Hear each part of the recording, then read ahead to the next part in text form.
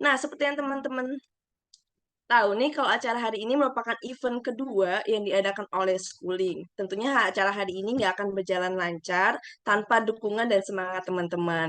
Jadi aku mau tahu dong siapa aja sih di sini yang ikutan webinar pertama Schooling tentang silogisme, operator matematika, dan modus ponens. Coba dong ramein kolom chat dan kasih reaction yuk teman-teman yang kemarin udah ikut acara webinar Schooling yang pertama. Oh, banyak banget nih. Ada Andresa, ada Pria Mitra juga, Namira. Wow, welcome back ya teman-teman. Semoga semangatnya masih sama ya, kayak di webinar kemarin gitu.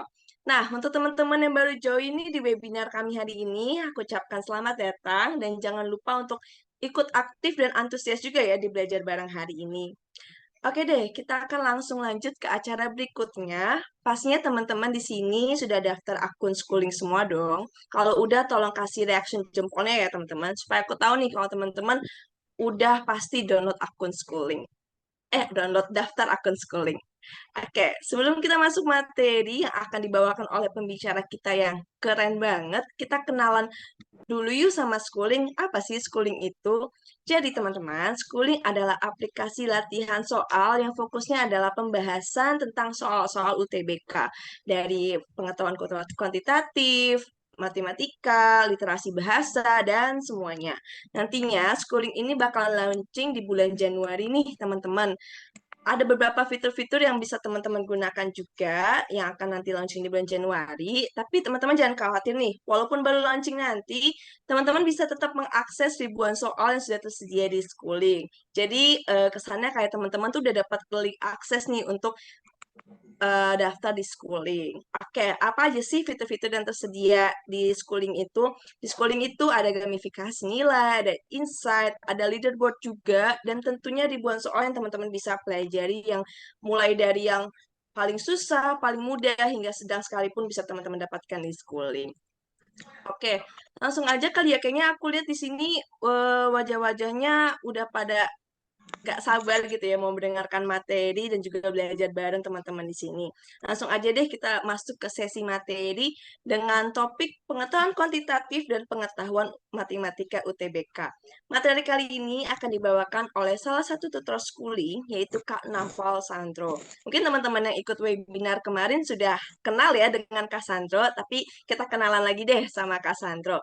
Kak Sandro ini merupakan alumni Fakultas Teknik Universitas Gadjah Mada Yogyakarta dan sebelum kita masuk ke materi, mungkin kita ngobrol-ngobrol dulu kali ya bareng Kak Sandro. Halo Kak Sandro, gimana nih Kak kabarnya?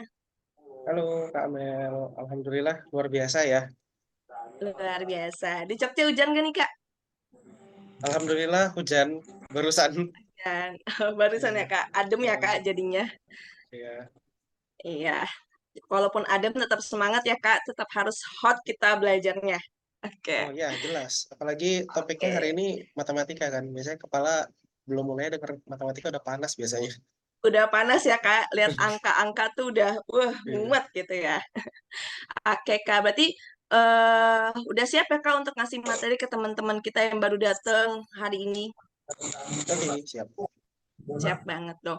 Oh ya Kak, aku dengar-dengar nih katanya nanti Kakak bakalan ada live stream bahas soal ya Kak di IG Schooling. Benar nggak sih Kak? Oh iya, kita ada rencana untuk live stream ya. Jadi kayak mungkin kayak sambil nemenin teman-teman santai, belajar. Mungkin kalau misalnya mau lihat bahas-bahas soal UTBK yang diambilin dari schooling, yang juga source dari sesuai dengan ini ya, sesuai dengan silabus yang dikeluarkan sama Kemendikbud, juga sesuai mirip-mirip soal-soal tahun lalu, itu nanti bisa main ke IG-nya schooling untuk informasi lebih lanjutnya ya.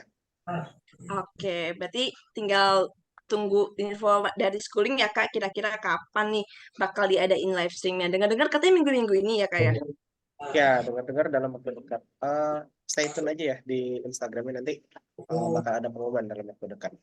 Oke, berarti jangan lupa tuh teman-teman nyalain notifikasi schooling supaya nggak ketinggalan info kalau nanti Cassandra bakalan live streaming belajar bahas soal-soal apa aja, ada kuantitatif, ada matematika, dan mungkin juga tentang silogisme dan lain sebagainya.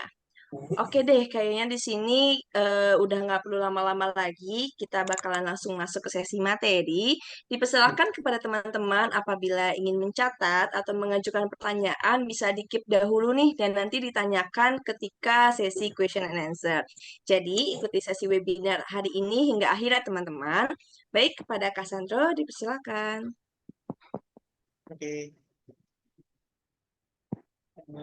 Ya, izin share screen ya.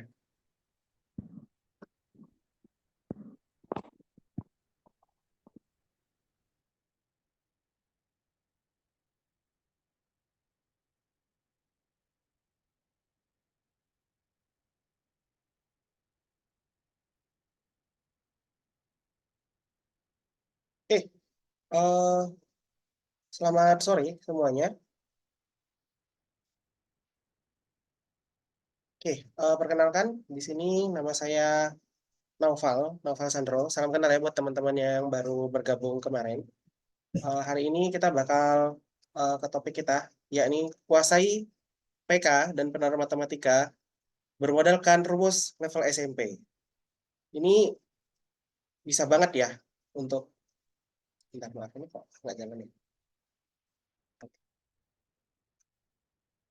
Oh ya bisa. Oke, dan yang jelas ini bukan clickbait ya. Beneran kita nanti kakak bakal kasih contoh gimana bisa kuasai soal PK dan penerapan matematika modal cuma rumus level SMP sama ya SD ada beberapa ya untuk PK dan penerapan matematika. Oke, langsung aja.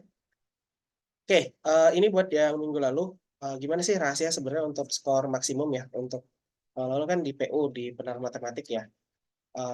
Eh maaf, kalau minggu lalu di PU, sekarang di PK dan penerapan matematika sebenarnya sama. Yang pertama, teman-teman harus ngerti dulu subjeknya apa. PK itu penerapan matematika itu sebenarnya yang diujikan tuh apa aja. Kemudian yang kedua, tentu teman-teman harus bisa menguasai materi atau skill set yang diperlukan untuk ujian itu. Jadi kalau misalnya tahu aja belum cukup, jadi kayak harus bisa menguasain juga apa sih sebenarnya yang diuji, apa yang bakal menguasai materi-materi yang bakal diujiankan. Kemudian belajar dari source yang reliable. Jadi pastiin teman-teman belajar dari orang yang kompeten atau sumber yang reliable. Kadang-kadang tuh problemnya di PK sama penerapan matematika tuh sering kayak orang-orang tuh belajar di eh, subtes-subtes yang kemungkinan besar itu nggak keluar gitu. Memang mungkin dulu pernah keluar di UTBK tahun sebelumnya, tapi di tahun ini mungkin nggak keluar. Misalnya kayak em, trigonometri yang advance, kayak di kelas IPA, kelas 12 itu kayaknya nggak bakal keluar di UTBK ya. Setidaknya untuk tahun ini ya. Karena kan ujian UTBK juga untuk soalnya sama untuk anak IPA, anak IPS. Kasian dong anak IPS. Masa nggak belajar trigonometri yang kompleks diajarin. Terus kayak ada beberapa materi kayak mungkin polinomial itu di IPS kayaknya nggak belajar. Nah, itu juga nggak keluar. Nah, hati-hati. Jadi pastiin teman-teman belajar dari sumber yang reliable dan kredibel ya. Nah, yang terakhir itu of course latihan. Nah, untuk latihan itu bisa di schooling ya, teman-teman ya. Schooling menyediakan banyak sekali soal latihan dan nanti ada insight-insightnya.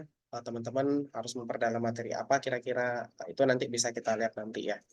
Oke, itu sekarang next. Oke, kakak bakal mulai dengan pertanyaan. Ini adalah sebelah kiri itu adalah soal pengetahuan kuantitatif. Dan yang di sebelah kanan itu adalah soal penalaran matematika. Kira-kira ada nggak yang bisa menjelaskan atau ngasih tahu atau nyebutin deh perbedaan antara PK dan penalaran matematika? Mungkin boleh di kolom chat.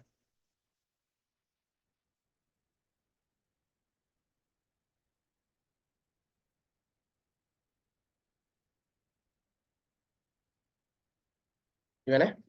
Oh iya, BTW ini soal source-nya diambil dari ini ya, dari simulasi tes Kemendikbud. eh jadi apa? Soal-soal ini baru fresh banget. Jadi Kemendikbud kemarin kayak ngasih contoh soal yang bakal keluar di UTBK gimana ini. Aku langsung ngambilin eh, dari Kemendikbud. Kira-kira ini soal contoh soal yang bakal keluar di UTBK 2024. Oke, yang satu membandingkan yang satu isian. Oke, hampir ya. Tidak tahu, Kak. Oke, kalau PK langsung ke soal, PM lebih cerita harus membayangkan dulu nalarnya. Oke, VK itu menggunakan rumus yang pasti, sementara yang kanan menggunakan logika yang lebih lagi. Oke, boleh-boleh aja ya. Oke, sebenarnya ini tadi ada satu jawaban yang sebenarnya agak cukup mewakili ya. Perbedaan paling besar antara PK dan penalar matematika adalah PK, kalian langsung dikasih nih bentuk soalnya. Jadi kayak kalian nggak usah bikin model matematisnya. Ya beberapa ada sih yang disuruh bikin model matematisnya, tapi kayak udah lebih langsung gitu loh. Ini dikasih tahu nih segitiga siku-siku. Terus dikasih tahu tuh ada variabel apa aja gitu. Terus kemudian suruh menentukan kuantitas antara P dan Q-nya gimana. Nah, ini salah satu contoh soal PK ya. Jadi kayak soal itu lebih lebih belak-belakan lah nih kerjain nih gitu. Nah, sementara penalaran matematika itu soalnya lebih kayak ini ada soal cerita, ada narasinya. Biasanya narasinya tuh satu narasi bisa untuk sampai 5 nomor ya. Dan kemudian nanti baru ditanya ada pertanyaan, misalnya kayak ini dikasih tahu ada angkatan kerja di apa namanya di matematika ini ada angkatan kerja. Terus kemudian di sini yang ditanya persentase orang yang menganggur berapa gitu. Dan ini biasanya ganti-ganti. Itu perbedaan paling utama antara PK dan penalar matematika. Nah, kalau misalnya teman-teman jeli, ada satu persamaan di antara kedua soal ini. Coba diperhatikan baik-baik. Di soal yang pertama, itu dia membahas segitiga siku-siku dan sudut-sudut di dalam segitiga siku-siku ya. Ditanya ini besar P itu besarnya alfa, berarti nyari sudut C-nya berapa kan? Nah, sebenarnya ini teman-teman nggak ikut SMA pun nggak masalah. Ini tetap bisa dijawab untuk soal yang ini. Karena basic jumlah sudut dalam segitiga itu sudah dikasih tahu ya dari kakak. Kalau dulu pas kakak zaman dulu itu SMP. Kalau sekarang tuh di beberapa SD sudah diajarin bahwa sudut dalam segitiga itu jumlahnya nggak lebih dari 180 derajat dan segitiga siku-siku itu pasti salah satu sudutnya 90 derajat. Ini materinya beneran cuma pakai materi SMP. Yang di sebelah kanan, apalagi ya, ini cuma ngitung persentase orang yang apa namanya yang nganggur di kecamatan B itu berapa, cuma berdasarkan data ini aja. Ini kalau kayak gini mah soal ASPD SD juga sudah keluar ya sebenarnya ya. Nah, oke. Kita lanjut ya. Oke, nah ini ada beberapa materi yang bakal keluar di PK sama penalaran matematika. Itu biasanya tiap tahun yang keluar itu kurang lebih seperti ini. Yang pertama ada kaitannya tentang bilangan. Bilangan ini cakupannya banyak ya. Ada bilangan caca, bilangan real, bilangan prima, bilangan asli, rasional, rasional, KPK, FPB, sisa bagi, teori bilangan, dan lain sebagainya. Nggak usah takut sama judulnya. Yang penting teman-teman tahu bentuknya dan bisa latihan ya nanti pakai schooling. Terus kemudian ada aljabar, of course aljabar setiap tahun keluar. Ada sistem persamaan linear dua variabel, ada tiga variabel, ada aritmatika sosial, ada perbandingan, ada nilai mutlak, ya macam-macam lah semua aljabar masuk di situ. Terus ada geometri, geometri, bangun datar, dan dimensi tiga. Sebenarnya dari SD sudah belajar ya. Kemudian di SMP itu sedikit lebih advance, ada konsep kesebangunan. Nah pas SMA itu baru tuh masuk trigonometri dan teman-temannya. Cuma jarang banget sih apa namanya geometri yang keluar itu terkait trigonometri. Kalaupun ada, biasanya trigonometri itu sederhana gitu loh, kayak yang pas mungkin kalau beberapa teman-teman yang SMP ada belajar ya kayak misalnya apa namanya sinus 30 berapa gitu. Cuma yang sederhana-sederhana gitu aja. Next, kemudian ada interpretasi data dan statistik. Ini kayak membaca data ya, mirip soal yang tadi. Terus ada statistik dasar, ini juga dari SMP sudah belajar. Statistik dasar nih, jangan dibayangin data berkelompok yang misalnya hitunglah modus dari data berkelompok, nggak kayak gitu ya. Biasanya lebih ke kayak tentukan median dari data tunggal. Nah, kalau yang itu kan dari SMP sudah belajar juga ya. Terus kemudian himpunan. Himpunan ada diagram Venn, irisan, komplemen, gabungan. Ini juga dari SMP sudah ada ya. Terus operasi bilangan, aturan pangkat, tanda kurung, bagi kali tambah kurang. Ini kelas 4 SD. Tapi setiap tahun di UTBK keluar dan bentuknya mungkin agak tidak lempeng ya. Nggak lempeng tuh artinya nggak direct, nggak lurus gitu. Tapi ya sebenarnya itu cuma itu gitu loh. Oke, next itu barisan dan deret. Itu ada aritmatika, geometri, Fibonacci, ada bunga majemuk. Ini sebenarnya materinya dari SMP ya kalau untuk barisan aritmatika, geometri. Terus kemudian ada matriks. Nah, matriks ini beneran baru materi SMA. Tapi kakak rasa semua jenjang SMA itu pasti sudah belajar ya matrik, baik dari sekolah menengah kejuruan, dari SMA IPA, IPS, bahasa, mau di pesantren juga pasti ada lah ya belajar tentang matrik. Nah, matriks pun sebenarnya seingat kakak ya, kayaknya pun di tahun lalu itu nggak keluar. Tapi kalau misalnya salah nanti bisa koreksi ya. Seingat kakak nggak keluar untuk matrik tahun lalu. Kemudian ada fungsi, fungsi ini juga materi SMA, fungsi kuadrat, persamaan kuadrat, fungsi komposisi, dan inverse. Nah, oke, sebentar. Ini kakak pause dulu. Nah, untuk good news-nya, untuk penalaran matematika sama PK itu silabusnya agak beda. Jadi biasanya untuk penalaran matematika, itu biasanya cuma stop sampai barisan dan deret. Untuk fungsi dan matrik itu biasanya nggak keluar di penalaran matematika. Penalaran matematika itu cuma biasanya kayak aljabar, KPK-FPB, geometri, yang sederhana-sederhana, membaca data, operasi bilangan, barisan dan deret, itu biasanya keluar tuh di penalaran matematika. Tapi kalau untuk matrik fungsi, itu biasanya di penalaran matematika nggak keluar. Karena apa ya, materinya udah abstrak gitu loh. Oke, next. Kemudian ada vektor, kemudian juga ada transformasi. Nah, vektor dan transformasi ini 2 tahun ke belakang itu nggak pernah keluar. Dan somehow kakak yakin tahun ini juga nggak keluar karena untuk vektor dan transformasi itu apa namanya, agak agak advance ya sebenarnya. Tapi yang nggak ada masalah sih. Kalaupun istilahnya teman-teman mau belajar untuk vektor dan transformasi, boleh-boleh aja untuk nambah-nambah pengetahuan karena toh juga ya mending kita tahu ilmunya nggak kepake daripada pas hari H ujian mau ujian ngerjain nggak bisa karena nggak tahu ilmunya. Nah, tapi untuk vektor transformasi itu jarang banget. Terakhir keluar itu kayaknya tahun 2021 kalau nggak salah.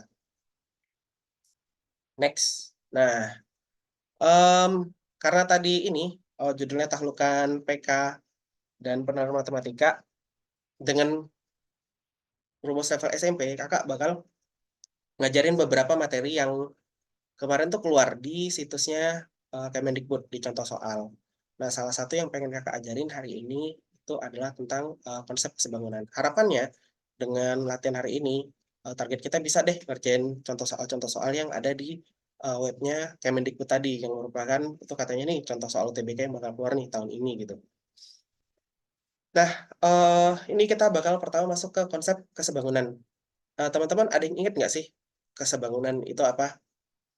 Kemungkinan biasanya sih kalau misalnya aku masuk kelas tuh kayak pada udah lupa kesebangunan tuh apa. Kalau misalnya ada yang tahu boleh banget sambil di kolom chat ditulis nah, konsep kesebangunan itu apa gitu.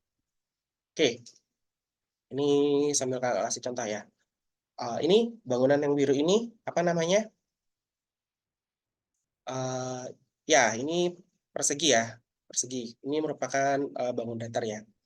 Oke, nah misalnya kakak keluarin satu bangun lagi nih,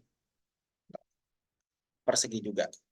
Pertanyaannya, bangunan ini sebangun apa enggak gitu. Nah, sebangun apa enggak, ini bakal kakak jawab ya. Kesebangunan itu gampangnya gini, atau kongruen ya, istilah lainnya kongruen, kongruensi. Kesebangunan itu gampangnya adalah ketika ada bangunan yang bentuknya itu sama persis. Sama persis itu dalam artian apa? Sama persis itu dalam artian biasanya nih yang paling gampang ngeliatnya itu dari sudut-sudut di dalamnya nih. Ini kan sudut-sudutnya pasti 90 derajat semua ya kalau persegi ya.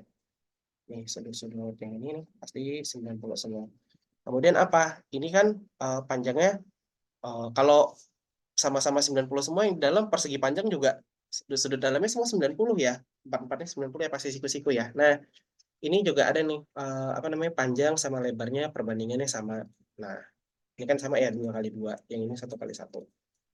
Nah, itu sih definisinya kesebangunan. Kesebangunan itu gampangannya adalah bangunan yang bentuknya sama, sama dalam artian sama dari sudut dan juga sama antara perbandingan panjang-panjang sisi-sisinya. Oke, next kakak bakal nanya. Ini ada segitiga siku-siku ya, 3, 4, 5, triple Pythagoras ya. Oke, next. Ini ada segitiga siku-siku juga. Pertanyaan berikutnya, kakak mau nanya. Kedua segitiga ini sebangun apa enggak? Kira-kira.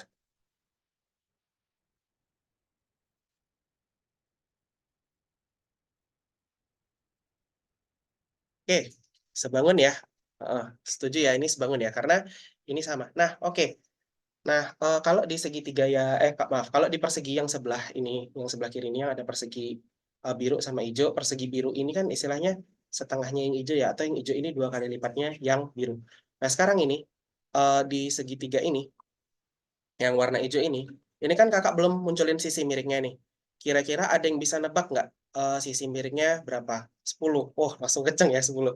Oke, ini caranya ada dua ya. Cara pertama pakai triple Pythagoras, biasa. 6 kuadrat tambah 8 kuadrat ya. Itu 36 tambah 64, akar 100, itu 10 ya di sini ya. Nah, tapi teman-teman kalau misalnya angkanya agak agak nggak biasa, besok atau agak aneh, teman-teman bisa lihat nih, kalau teman-teman udah yakin ini adalah bangun yang sebangun, itu bisa dicek kayak gini. Misalnya nih, ini kan 3, di sebelah yang biru 3 ya. Di sebelah yang hijau, dia jadi 2 kali lipatnya nih, atau jadi 6.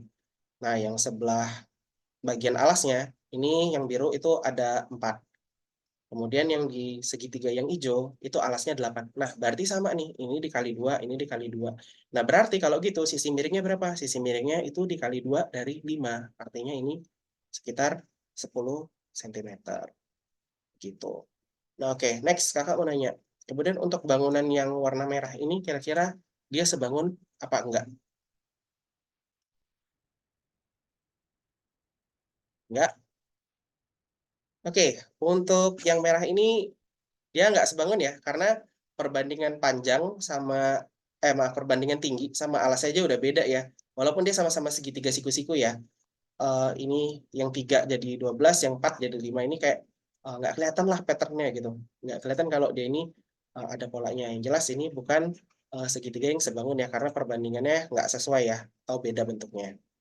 Oke, next. Kita bakal masuk ke soal yang agak advance. Ini kayak latihan-latihan standar lah. Oke, di situ bisa dilihat ya, ada 4 segitiga di situ.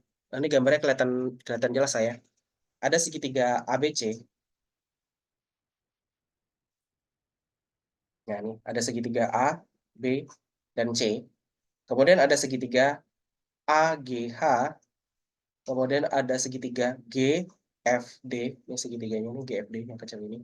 Terus kemudian segitiga DEC. Nah, ini DEC. Kira-kira di antara segitiga-segitiga ini, mana segitiga yang sebangun sama segitiga yang besar? Segitiga A, B, C. Di antara 1, 2, 3. Ini kakak kasih nomor aja kali biar enak ya. Oh, oke, ini kasih nomor deh. Ini segitiga 1, segitiga 2, segitiga 3. Oke, yang mana aja yang sebangun? 1, 3, 1, DEC. DEC itu berarti, oh, segitiga 3 ya. Oke, AGH dan DEC. Oke, rata-rata menjawab 1, 3. Oke, kita bahas ya. Kita bahas. Oke, yang pertama, yang gampang dulu lah ya. Yang di atas ya. Pertama segitiga DEC. DEC itu, misalnya kita lihat segitiga, kita lihat ya segitiga ABC. Ini segitiga ABC. Segitiga ABC itu punya sudut siku-siku di sini ya. Dan kemudian segitiga DEC itu juga punya siku-siku di sini. Ini kita gambar ini siku-siku. Nah, ini ada siku-siku di sini. Dan ini juga siku-siku ya. Setuju ya di situ siku-siku ya. Kemudian ini mereka berbagi sudut ini loh, yang sudut C itu. Nah, pada segitiga besar, segitiga ABC itu sudut yang bagian atasnya itu yang merah itu ya. Kemudian sudut yang dipakai sama segitiga kecil DEC itu juga sudut yang di pojok atas ya. Oke, berarti kalau gitu mereka sudutnya sama nih, dua sudutnya sama. Sudut yang ketiganya gimana? Sudut yang ketiganya ini nih. Nah, ini sama nggak dengan ini? Oke, jawabannya sama ya, karena ini kan yang sudut yang kecil ini kan dia dapat dari 180 dikurang 90 dikurang sudut C ya, pasti sama dong. Nah, yang ini juga sama ya. Ini kan dia sudutnya ada di sini, ada di sini. Ya berarti 180 dikurang 90 dikurang sudut C. Oke, pasti sama ya di situ ya. Oke, kemudian sebenarnya kalau teman-teman jeli, eh, ada yang ingat nggak sih kalau misalnya, nggak enak fokus ya, biar nggak mengalami.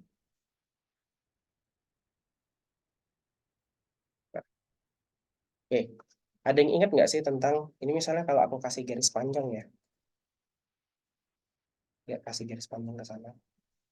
Nah, ini tuh, yang ini, sama yang ini, itu sebenarnya merupakan sudut sahadap ya. Waktu SMP sudah belajar ya, sudut sahadap ya. Jadi misalnya ada bangunan yang bentuknya kayak gini nih. Nah, ini uh, yang ini sejajar ya, dengan sejajar. Nah, sudut yang ini sama sudut yang ini, itu kan sahadap ya. Itu besarnya bakal sama ya untuk yang itu. Dan yang ini juga nih istilahnya yang kebalikannya nih, atau yang saling bertolak belakang istilahnya. Dengan syarat ini sejajar ya. Nah, itu. Ini materi SMP banget nih. Kelas 3 SMP. Dulu kalau zaman kakak belajar itu pas mau UN dulu. Masih coret-coret di kertas yang hitam-hitam itu loh. Apa? Bikin pakai pensil 2B. Nah, oke. Itu ya. Oke, berarti untuk segitiga yang bawah gimana nih? Dia sah dia kongruen juga apa enggak? Segitiga satu. Segitiga satu pasti kongruen juga ya. Karena kalau misalnya kita lihat baik-baik nih, di sini dia berbagi sudut yang sama juga dengan segitiga besar ABC. Terus dia di sini juga siku-siku ya. Terus yang ini besar G-nya juga pasti sama ya. Karena ini kan sebenarnya juga sudut sahadap ya. Ini misalnya kakak panjangin.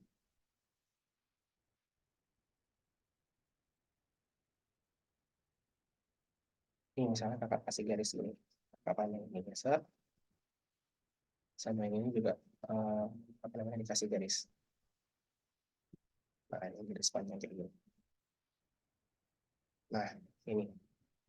Sebenarnya mereka itu sudut yang sahadap ya. Antara yang ini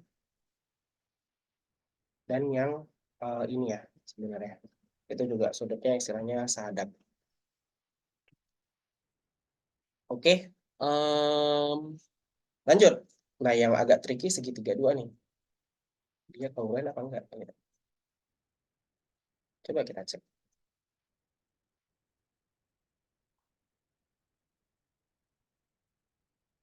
Oke, segitiga dua kita gambar ya. Nah, segitiga dua. Ini misalnya kakak gambar kayak gini nih. Nih, gampang ya kakak pindahin ke sini ya. Istilahnya nih kakak cerminin nih. Segitiga dua gitu. Oke. Dia yang jelas siku-siku juga ya di sini ya. Ini siku-siku di sini ya. Nah, ini dia siku-siku. Nah, kemudian kalau misalnya kita cek sudut ini sama sudut yang ini, sudut C sama sudut D, itu kira-kira besarnya sama nggak? Nanti record webinarnya di-share lagi apa nggak? Nanti dikasih ya, teman. Em, nah, itu kita bisa lihat ya. Sebenarnya sudut D sama sudut C itu sama ya. Ini merupakan sudut yang sehadap lagi ya kalau misalnya kita cek. Nah, yang bentuknya tadi itu begini. Nah, sudut C itu posisinya di sini, sudut C. Nah, D itu posisinya di situ tuh. Nah, itu sehadap ya. Nah, kalau gitu berarti otomatis yang ini juga pasti besarnya sama ya dengan ini ya. Dan ini juga besarnya sama ya dengan itu ya. Sudut itu. Untuk itu, makanya untuk ketiga bangunan ini sebenarnya semuanya adalah segitiga yang kongruen atau sebangun. Nah, sementara itu ya untuk kesebangunan.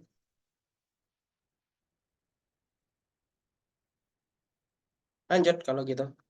Em, nah, tadi kita udah belajar kesebangunan ya. Kemudian untuk materi yang kedua kita belajar konsep perbandingan. Konsep perbandingan ini sebenarnya dari SD sudah dipelajari ya. Perbandingan itu ada dua tuh, ada yang senilai sama berbalik nilai. Nah, ini agak beda tadi sama yang tadi kalau itu kayak ada mungkin latihannya kayak ini mungkin kayak karena agak gampang jadi kayak kakak mungkin coba refresh aja ya. Perbandingan yang senilai itu senilai itu artinya apa? Sama-sama naik atau turun. Sama-sama naik atau turun itu gimana nanti kakak kasih contoh ya. Nah, kebalikannya adalah berbalik nilai. Jadi kalau yang satu naik, yang lainnya turun. Atau istilahnya kalau senilai itu berkorelasi positif, berbalik nilai itu berkorelasi negatif. Nah, kira-kira ada nggak yang bisa nyontohin kira-kira contoh perbandingan senilai sama berbalik nilai itu apa?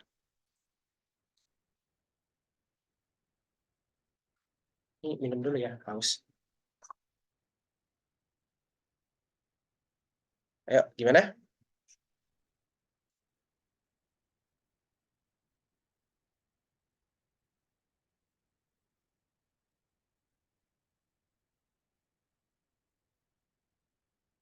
Oke, contoh perbandingan senilai itu ya makin banyak makan, makin kenyang. Ya, ini benar ya. Berbalik nilai itu kecepatan terhadap waktu. Ya, makin kenceng waktunya berarti makin kecil itu benar. Jumlah pekerja dan waktu penyelesaian itu berbalik nilai ya. Kayak ini ada contohnya. Hubungan jarak sama waktu. Istilahnya kalau kita naik motor nih, eh, makin jauh jaraknya kita dengan asumsi kecepatannya sama ya, dengan asumsi kecepatan sama ya. Misalnya jaraknya eh, 120 kilo, kecepatan kita 30 kilometer per jam. Apa namanya? Kalau misalnya jaraknya ditambah nih, berarti awalnya waktunya yang cuma 4 jam, misalnya jaraknya ditambah jadi dari 120 ke 150, kan jaraknya lebih panjang tuh, berarti waktunya nanti bakal lebih panjang dengan asumsi kecepatannya sama ya. Kemudian berbalik nilai itu jumlah biasanya ya yang paling mainstream ya, eh, jumlah pekerja terhadap durasi pengerjaan proyek. Jadi misalnya ada proyek gitu kan, biasanya kalau orangnya banyak kan cepat selesai tuh. Nah, itu bisa gitu. Banyak belajar, banyak lupanya. Nah, ya itu contoh perbandingan senilai ya, banyak belajar, banyak lupanya. Oke. Ya, makanya biar nggak lupa sambil latihan soal di schooling. Karena kalau misalnya cuma belajar doang terus nggak latihan ya percuma, jadi lupa. Nanti keluar dari webinar bulan depan pas ini latihan ulang lupa. Nah, makanya kalau bisa habis habis habis belajar ya langsung latihan ya. Oke, nah contohnya misalnya perbandingan sini itu gimana? Misalnya gini, untuk bikin bikin 1 liter es teh, 1 liter nih es teh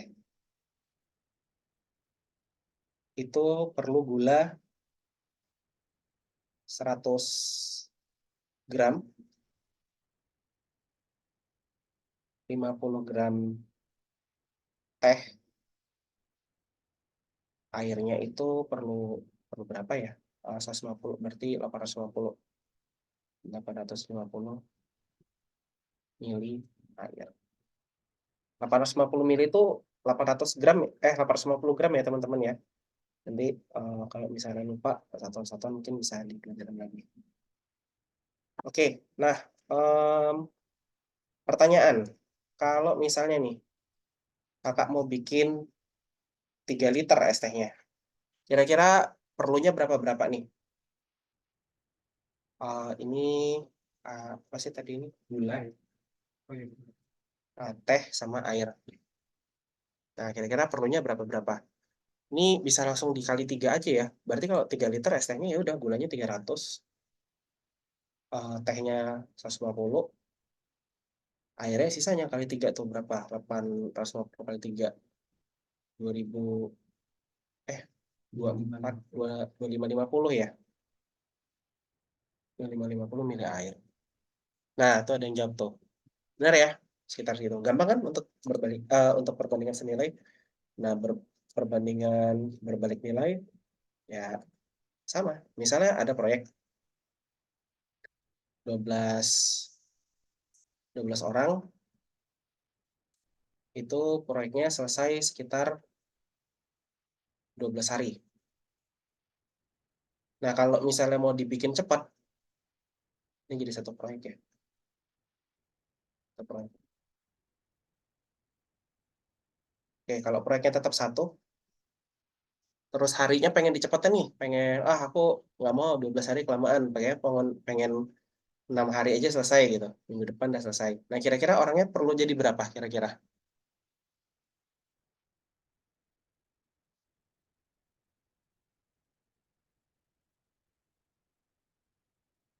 Ini ya tinggal ini aja ya, karena yang istilahnya berbalik nilai Ini kan 12 jadi 6. Ini berarti dibagi 2 ya.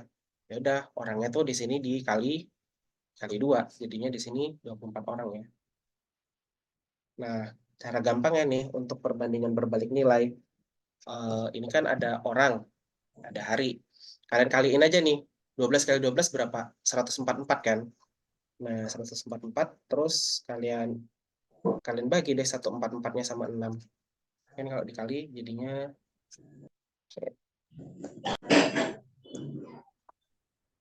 sama dengan 144. Terus kemudian yang ini X ini juga harus 144 kan. Ya udah, berarti tinggal dibalik aja 144 per 6. Itu berapa? 144 per 6, 24 tadi ya.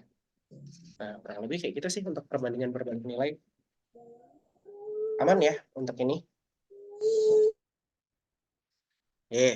Pada bisa ya 4. Oke, next kalau gitu. Nah, nextnya kita bakal langsung latihan soal. Teman-teman jangan takut ya ngelihat soal yang susah kayak gini. Boleh dibaca dulu, direnungin, diratapi dulu. Kita nggak buru-buru kok.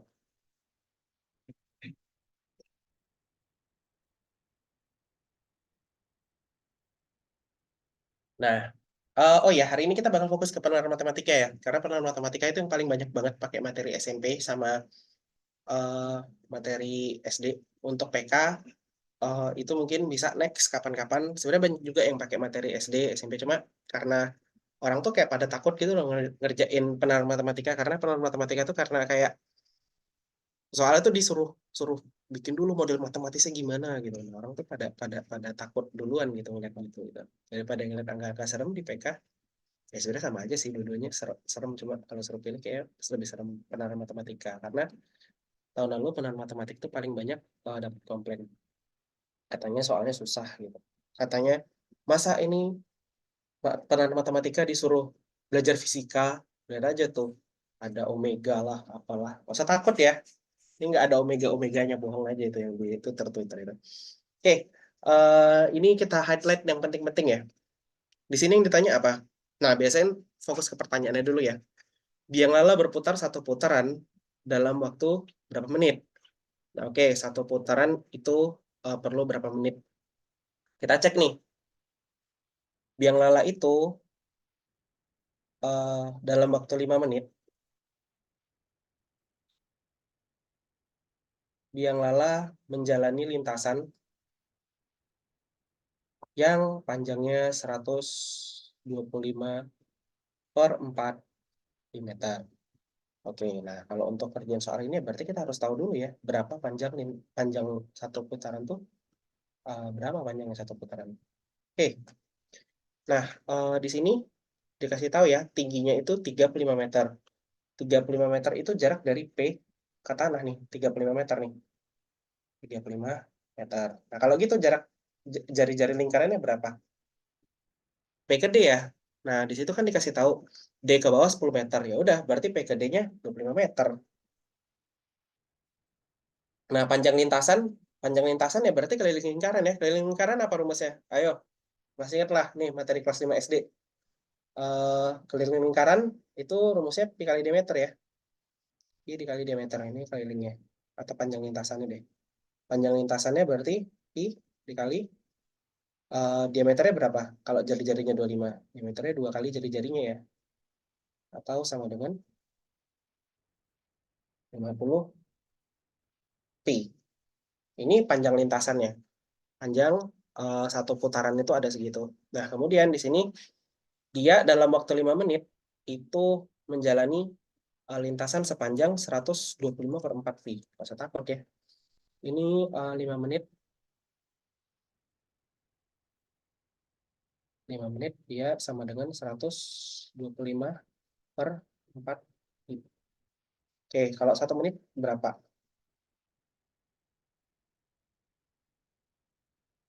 1 menit dia melintasi sejauh berapa? Ya udah tinggal 125 ya dibagi 5 ya. Jadi 25 per 4 pi. Ya nggak? Ingat apa namanya? perbandingan senilai tadi. Kalau waktunya sedikit, ya jaraknya sedikit. Nah, ini 1 menit dia cuma dapat 25/4. Nah, kira-kira 25/4 supaya jadi 50, ini perlu dikali berapa? Ayo, 25/4 supaya jadi 50 dikali 8 ya, teman-teman ya. 25/4 itu dikali 8. Nah, oke, berarti ini 8 menit ya. Oke, ini kalau dikaliin berapa jadinya? 8. Ini 2, 25 jadinya 50 pi ya. Benar ya? Nah, gitu. Sudah dapat jawabannya 8. Gampang kan sebenarnya? 8 dari mana? Oke. Nah, ini kalau bingung. Nah, kita kan pengen ngubah 25/4 jadi 50. Itu kali berapa sih gitu? 50 itu 50 pi itu sama dengan 25/4 pi dikali sesuatu ya. Nah, oke. Berarti untuk dapat sesuatunya ini gimana? Ya tinggal 50 ini tadi. 50 pi dibagi sama 25 per 4 pi. Ini sama dengan sesuatunya tadi. Ini kita coret. Terus karena 50 dibagi 25 per 4, ya udah 50 dibagi 25 per 4. 50 itu dikali 4 per 25. Nah, dari sini nih dapat 8. 25, 2. Ini 25 coret sama 50 ya. Itu jadinya 8. Itu satu putaran sama aja. Ya benar. 25 itu jari-jarinya ya. Keliling biang lalanya berarti pi kali diameternya. 50. 25 itu dari jari-jari lingkaran. Ya betul, 25 dari jari-jari lingkaran. Karena tadi kan katanya P itu berada di ketinggian, nih bentar, kayak pointer nih. P itu berada di ketinggian 35 meter dari permukaan tanah. Oke, P ke permukaan tanah itu 35 meter ya. Nah, kemudian di sini dikasih tahu nih, D ke bawah ini 10 meter nih. Berarti kalau gitu P ke D-nya berapa? P ke D-nya ya selisihnya ya, 35 kurang 10, 25 meter. Itu jadi jari-jari lingkarannya. Oke, aman untuk soal nomor 1?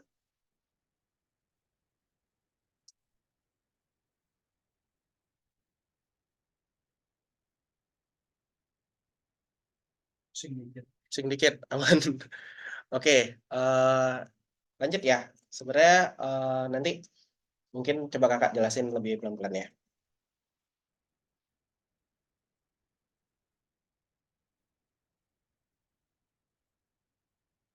Oke, next.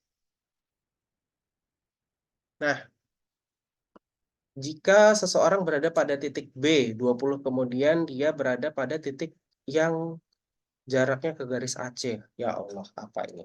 Nggak usah takut, santai aja. Oke, di soal sebelumnya, aduh udah aku hapus lagi, inilah terulang ya.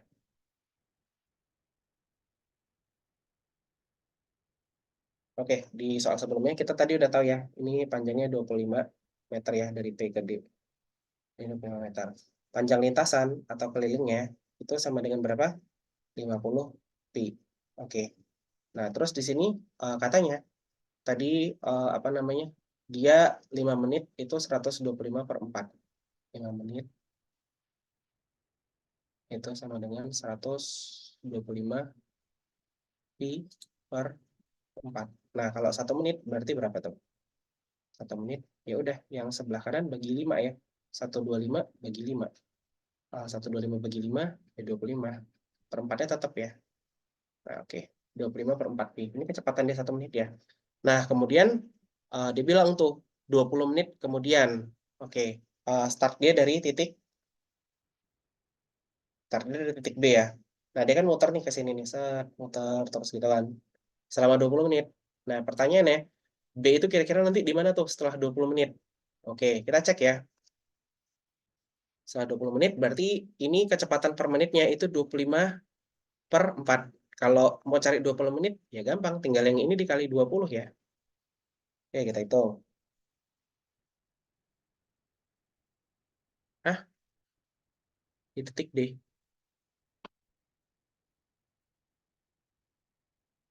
Oke. Untuk soal itu yang ditanya di titik B ya.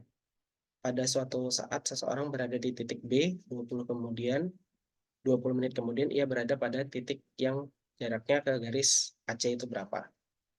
Kita cek dulu, B ini nanti setelah 20 menit posisinya kemana ya. Oke, ini kita lanjut hitung 20 menit. Ya udah, berarti tinggal ini kali 20 ya. Ini yang di sini kali 20, sebelahnya juga kali 20. Ini kita coret 5, 100 pi ya. Oke. 125. Oh, maaf, sorry. 125 ya. 25 kali 5. Oke, 25 kali 5 itu 125.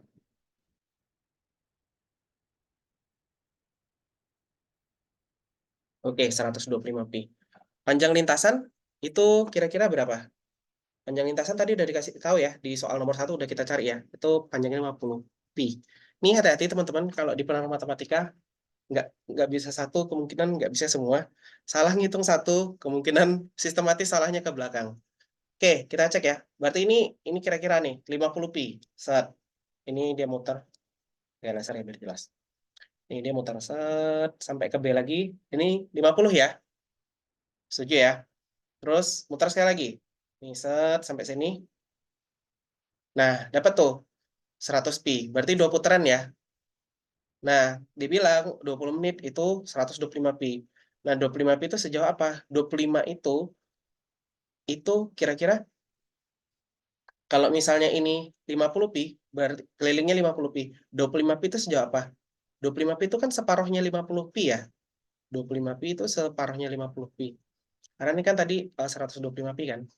Apa 100-nya udah habis tuh 2 putaran. Nah, berarti dia jalan nih dari B terus turun ke titik D. Oke. Oh, tadi ada yang nebak itu maksudnya nebak titik D ya, berhentinya di titik D. Wah, pintar juga. Hebat ya. Luar biasa. Ini berarti udah siap nih ya untuk penerang matematika. Aku tadi belum kepikiran tuh, udah sampai di titik D.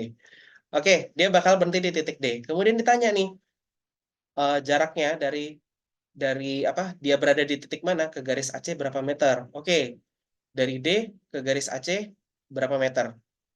Jawabannya 25 meter. Nah, itu tadi cara ribetnya. Cara apa istilahnya? Cara ribetnya lah. Nih, kakak bakal kasih satu cara yang orang-orang nggak kepikiran. Ini sebenarnya caranya sangat gampang dan sangat kreatif sekali. Oke, teman-teman, coba diperhatikan baik-baik. Mau dia jalan dari B, mau dia kemana aja. Oh, nggak ada yang maaf. Sorry, nggak jadi. Nggak bisa ternyata. Nggak bisa. Oke, hati-hati ya kalau pakai cara cepat, terutama di bimbel-bimbel ya. Itu kadang suka menyesatkan. Ini tadi kakak mikir, oh bisa situasi ternyata nggak. Sorry. Nggak jadi, nggak ada cara cepat. Maaf ya. Oke, kebetulan karena ini deposisi di sini, jadi ini jaraknya ini 25 ya ke garis AC. Kebetulan representasi titiknya di sini. Kalau misalnya dia kebetulan di sini gimana? Nah, ini bakal repot nih karena kita bakal ngitung dari sini ke sini nih. Nah, ini repot gitu. Ini jelas dari D ke AC ini diwakili sama ini ya sama P ya. Itu kan jarak titik ke garis. Nah, ini maksudnya meter. Oke, next. Hmm,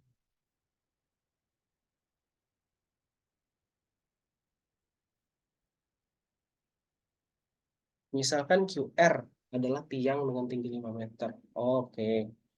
Jarak terjauh antara lampu dan titik Q. Nah, oke. Ini kakak pengen nyampein sesuatu. Tahun ini UTBK itu bakal ada soal isian. Tidak usah takut, tidak usah panik. Soal isian itu ya kayak kalian misalnya di sini ngisi angka nih, berapa meter nih gitu. Nanti diisi aja berapa meter, tinggal dihitung aja berapa. Nah, kebetulan untuk isian itu semuanya dalam bentuk angka atau numbers only. Jadi ini nanti kalau misalnya jawabannya kan nggak tahu jawabannya berapa nih. Misalnya jawabannya ternyata misalnya nanti 3 meter. Ya udah kalian isinya di keyboard 3 gitu ya. Jangan ditulis 3 begini. Kemungkinan nggak bisa. Jadi dia biasanya numbers only untuk UTBK besok. Hati-hati ya untuk yang ini. Nah, kebetulan juga di beberapa soal lain di PPU atau di PBM kemarin kalau nggak salah sempat kakak screening juga. Itu misalnya ditanya, mana penggunaan tanda koma yang salah? Tanda koma yang salah itu ada di kalimat berapa? Ya kalimat 4. Ya udah kalian tulis 4. Jangan kalian tulis 4 gini. Jangan ditulis 4 begini. Ini kemungkinan nggak bisa. Oke, itu update untuk UTBK tahun ini. Ada soal isian. Berarti angka 4 angka. Iya betul. 4 angka, angka 4. Wah, ini udah ada yang jawab 75. Nanti kita cek ya. Kita cek ini kalau belum tahu jawabannya, belum pernah ngerjain tapi baru kopas-kopas nih tadi pagi. Coba kita cek. Nah, oke. Biang lala, oke. QR itu tiang dengan tinggi. Oh, tiang ini. Oke, QR ini yang ini ya, tiang ini ya. Tiang yang ini tingginya berapa? 5 meter. Yang ditanya jarak terjauh antara lampu dan titik Q. Lampu dan titik Q. Oke, ini titik Q ya. Ini lampu. Nah, lampunya di mana? Bentar, coba kita baca. Oh, sebuah lampu dipasang di suatu titik di biang lala. Berarti bayangin sepanjang biang lala ini, sepanjang lingkaran ini bakal ada lampu nih. Kira-kira di mana jarak terjauh dia sama Q? Ini langsung aja kakak coba gambar ya.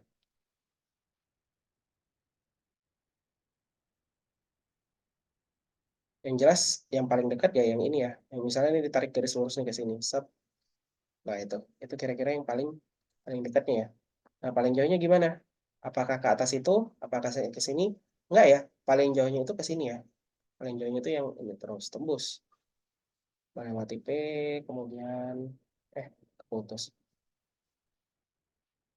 Kemudian dia bakal ke situ tuh. Terus gitu. Nah, itu ya. Anggap aja gambarnya rapi. Wait, wait. Ini gambar rapi ini. Nah, ke situ. Nah, kira-kira ke situlah untuk yang jarak terjauhnya. Nah, cara ngitungnya gimana? Coba diperhatiin baik-baik. Kalau misalnya ini kakak gambar garis bantu nih. Dari sini. Sini. Loh, kok errornya kayak gitu ya?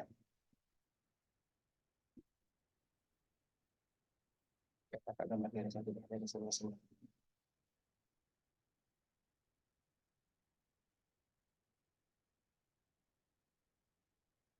Nah, oke. Tuh kakak gambar garis ke situ. Ini di sini siku-siku ya pasti ya yang jelas. Di sini jadinya siku-siku ya. Jadi segitiga siku-siku. Nah, oke. Pertanyaannya, anggap nih misalnya kakak bikin titik baru namanya titik Z. Jadi segitiga ini. Kira-kira panjangnya berapa? Ada yang bisa jawab nggak kira-kira? Oke. Tadi kita udah tahu ya panjang dari P ke T itu dari titik P ke titik T itu panjangnya 35. Panjangnya 35. Ini yang P ke T ini 35. Nah, kemudian kita mau nyari nih dari panjang ini ke sini. Nah, sorry maaf. Kita mau nyari ini panjang ini ke sini tuh berapa gitu loh. Nah, itu kan sebenarnya sama aja ya jarak dari P ke T. Kebetulan dari Z ini sama Q itu kan posisinya sejajar ya, Q sama Z. Ya udah berarti tinggal ini dikurangin 5. Berarti 35 kurang 5, berarti kalau gitu dari P ke Z itu panjangnya 30 ya. Nah, yang ini dari Z ke Q ini, Z ke Q itu 40 ya. Nah, kemudian dari sini kita bisa dapat triple Pitagoras ya, bahwa apa namanya panjang P ke Q atau yang apa namanya titik pusat ke Q itu panjangannya 50 ya. Oke, kemudian jaraknya ke yang terjauh. Yang terjauh berapa? Berarti ditambah lagi ya dari P ke sampai lingkaran luar. Nah, dari ini luar lingkaran ini, tepi lingkaran ke titik P itu sebenarnya apa? Itu jari-jari lingkaran ya. Yang ini jari-jari lingkaran. Jari-jari lingkarannya berapa? Jari-jari lingkarannya tadi kita udah cari di awal 25 ya. Berarti kalau gitu jarak titik terpanjangnya berapa? Ya udah, tinggal nambahin aja nih. 50 ditambah 25. 50 tambah 25 berapa? 75 ya. Wah, gokil tadi yang ngeliat soal langsung bisa jawab ya, 75. Oke, ditambah. Benar ya? Oke, gampang ya. Goks. 1 menit bisa ngerjain itu. Nah, oke. Lanjut. Pada saat lampu ke titik Q mencapai nilai terpendek, panjang bayangan tiang QR adalah, oke. Titik terpendeknya di mana? Titik terpendeknya tadi di sini ya. Di yang ini ya. Ini titik terpendeknya di sini ya. Ini, di sini titik terpendeknya. Nah, kalau gitu, ini misal kakak penggal ya. Kakak penggal nih misalnya.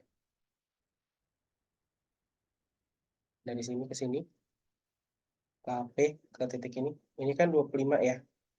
Berarti dari sini ke sini ini juga 25 ya. Oke, mereka tahu berguna informasi untuk nanti. Tapi sementara kita keep dulu aja. Karena P ke titik yang merah itu kan juga jari-jari ya. Oke, pada saat lampu ke titik Q mencapai nilai terpendek. Panjang bayangan tiang QR. Oke, berarti kalau gitu panjang bayangan QR itu sebenarnya ya udah tinggal ini aja kita tarik perpanjangan sebenarnya dari sini ke sini. Nah, bayangannya kan bakal di sini ya. Iya nggak? Nah, oke. Ingat tadi materi kesebangunan. Kira-kira besar sudut yang ini, sudut yang kakak tandain ya, sudut P itu, sama sudut yang ini, yang di bawah yang kecil ini, si Q ini, nih, sudut yang ini, sudut yang ini, dan sudut yang ini, itu kira-kira besarnya sama nggak? Kak, berarti jarak terjauhnya nggak berpatok sama titik lampu ya? Eh, Titik lampunya masih bebas sih itu. Jadi apa jarak terjauhnya ya berdasarkan apa lampunya mau dipasang di titik terjauh misalnya. Oke, sama ya, sama-sama. Oke, untuk ini sama. Ya udah, berarti segitiga yang ini, segitiga yang hijau ini, sama segitiga yang kecil, ini merupakan kongruen ya, karena dia juga kebetulan di bawah nanti siku-siku ya. Sudutnya tiga-tiganya sama. Next, yang ditanya, panjang bayangan tiang QR adalah berapa meter? Oke, sekarang aku mau nanya. Karena ini segitiganya kongruen, yang segitiga atas itu kan tingginya itu 30. QR tingginya 5. Berarti jadi susup berapa persen itu? Susup berapa ini? Jadi seperberapanya.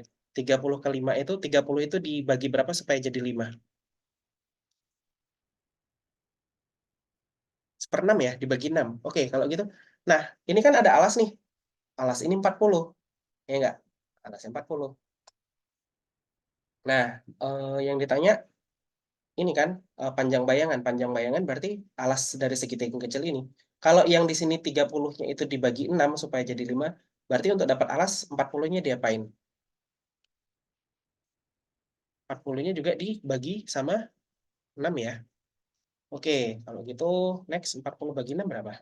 Nah, kita hitung di sini.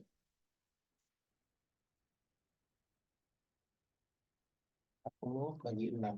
Berapa sih 40 bagi 6 tuh? 6 bisa 4 ya. 6 4 per 6 atau 6 2 per 3. 6 2 per 3 ya. Oke, ada 6 2 per 3? Oh, ada ya. 6 2 per 3 yang ini ya, yang B ya. Nah, oke, sejauh ini so far kita belum ada pakai materi yang aneh-aneh ya. Masih pakai ya cuma kesebangunan tadi, beberapa ada perbandingan, cuma menentukan jarak gitu. Belum ada yang aneh-aneh ya untuk penmat, karena emang sebenarnya penentuan matematika tuh ya kayak soalnya tuh bukan bukan soal yang perlu materi sulit gitu, tapi lebih ke kreativitas berpikir teman-teman. Jadi yang perlu dilatih itu kreativitasnya sebenarnya. Ini sebenarnya tuh ada soal lagi yang apa namanya, yang perbandingan ini.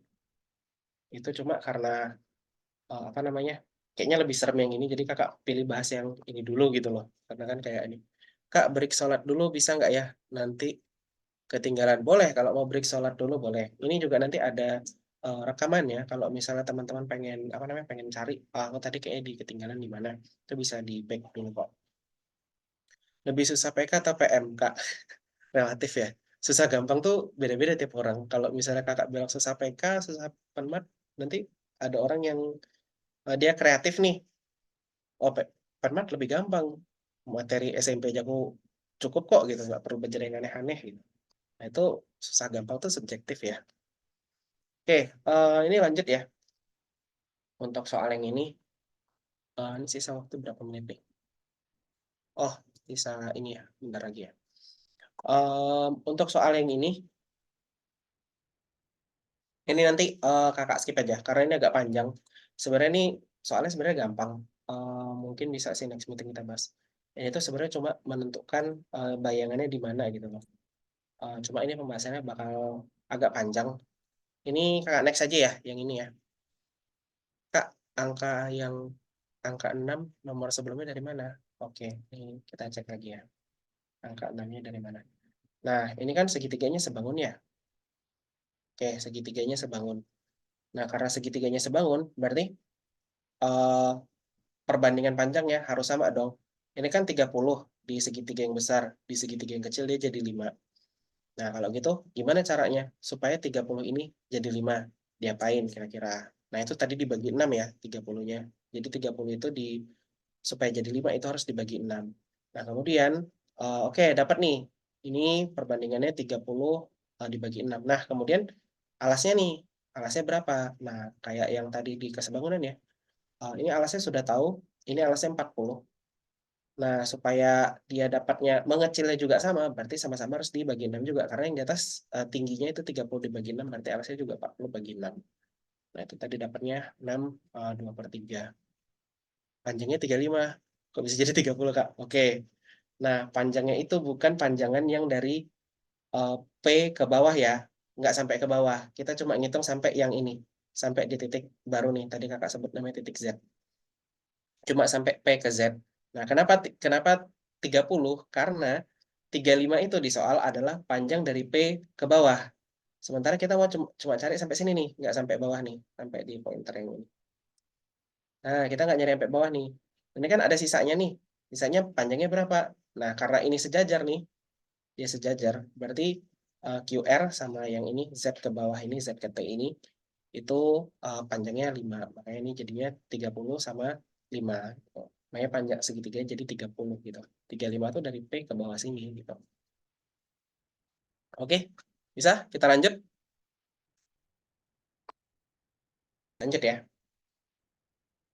Ya udah deh, kayaknya kita bahas yang ini aja deh. Karena kayak mau bahas yang di bawah, malah waktunya nggak cukup ya.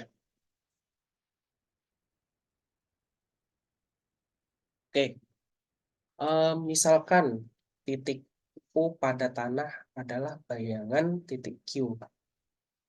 Oke, bayangan ini ya, bayangan Q ini ya. Ketika bayangan tiang QR paling pendek. Nah, oke. Bayangannya itu paling pendek kapan kira-kira? Bayangan itu kan dia bisa bisa begini ya.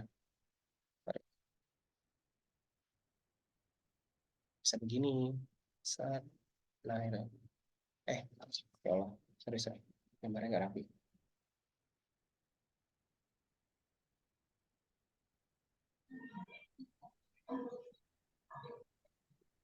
Oke. Misal ini ada bayangan. Nah, ini. Anggap misalnya ke situ ya. Nah, ini bisa bayangan ini bisa begini. Nah, itu yang satu yang di titik merah. Bisa juga dia kayak ke yang ini nih misalnya. Misalnya pas di situ gitu. Di garis yang hijau, tentu bayangannya bakal lebih panjang ya. Tapi satu hal yang kita tahu pasti adalah panjangannya itu bisa berubah-berubah ya panjang bayangannya tergantung posisi lampunya di mana. Jadi kalau misalnya dia di titik yang ini misalnya, ya udah bayangannya bakal jatuh tuh ke pendek situ. Nah, yang ini kira-kira bayangannya bakal jatuh ya ke paling panjang. Jadi Q itu bayangan QR paling pendek. Oke, berarti ini kakak resep ya. Nah, Em,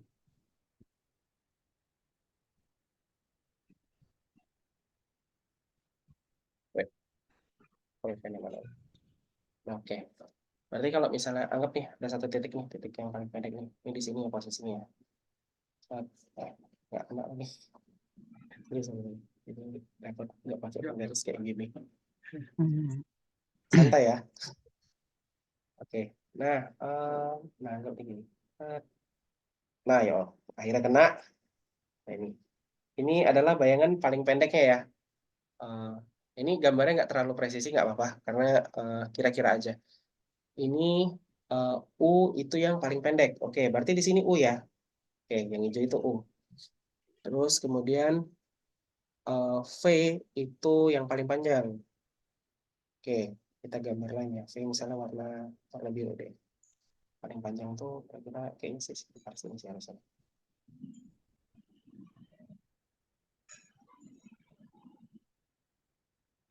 Ya, anggaplah di sini ya berarti V-nya. Oke. Kemudian A adalah titik bayangan Q ketika lampu berada di titik A. Kalau di titik A kira-kira bayangannya gimana? Ya, kita gambar ya. Warna ini nih, oranye. Titik A. Nah, kira-kira jatuh bayangannya di sini ya. Ini bayangan titik A nih, kira-kira di situ. Nah, kemudian A aksen itu ketika lampu berada di titik A. Oke, ini A aksen ya berarti ya. Maaf, ini A aksen. Terus kemudian itu apa lagi? Ya, itu aja ya. Oh, tapi di soal ada B.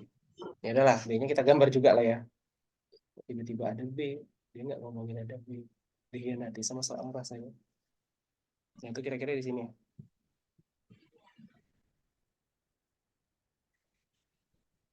Nah, oke, B-nya di sini tuh kira-kira. Tuh B aksen.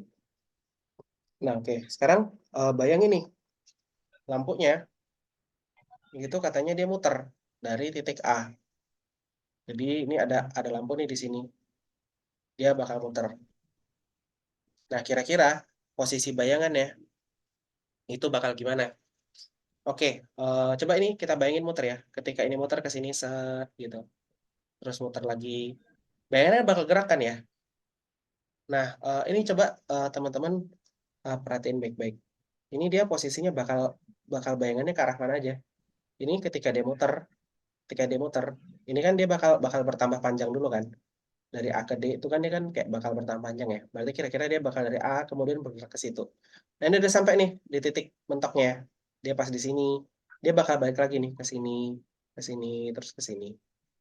Terus kemudian bakal balik gitu terus. Karena dia kan panjangnya berubah-berubah ya. Jadi kayak dia bakal gerak nih dari sini ke sini ke sini. Betul terus untuk posisi bayangannya ya. Ujung bayangannya itu bakal bergerak gitu terus. Nah, oke. Yang ditanya itu urutannya gimana?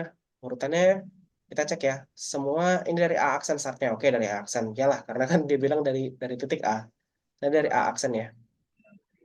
Oke. Dari A aksen kemudian dia gerak ke V. Ini ya sudah kalau gitu jawabannya langsung C ya. Nggak usah repot-repot cari panjang-panjang tadi. Ini untuk yang ini jawabannya langsung C. Gitu.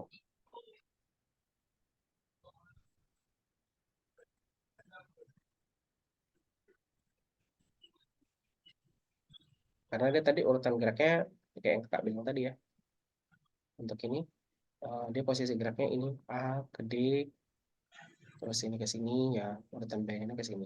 Set, set, set, gitu.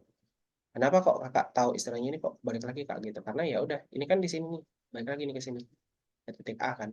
Gitu. Jadi dia sudah sampai mentok, balik lagi tuh ke titik A. Itu terus dan seterusnya. Oke,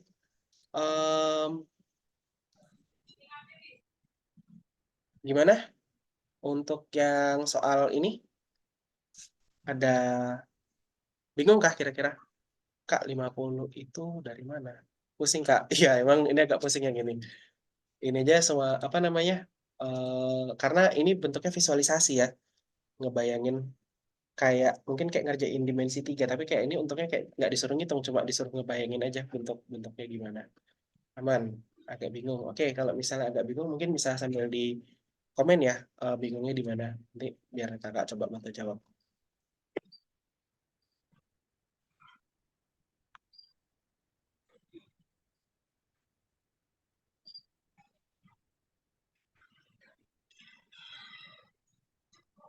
Oke, ini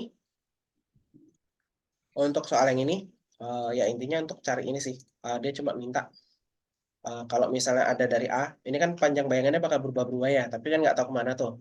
Apa dia bakal ke sini, apa dia bakal ke sini kan nggak tahu. Nah, kemudian kalau misalnya kita tarik garis, Bikinannya garis-garis, suka kali penalaran kuantitatif kali penalaran matematika gimana? materi UTBK. Apa? Gimana? Agak putus-putus suaranya.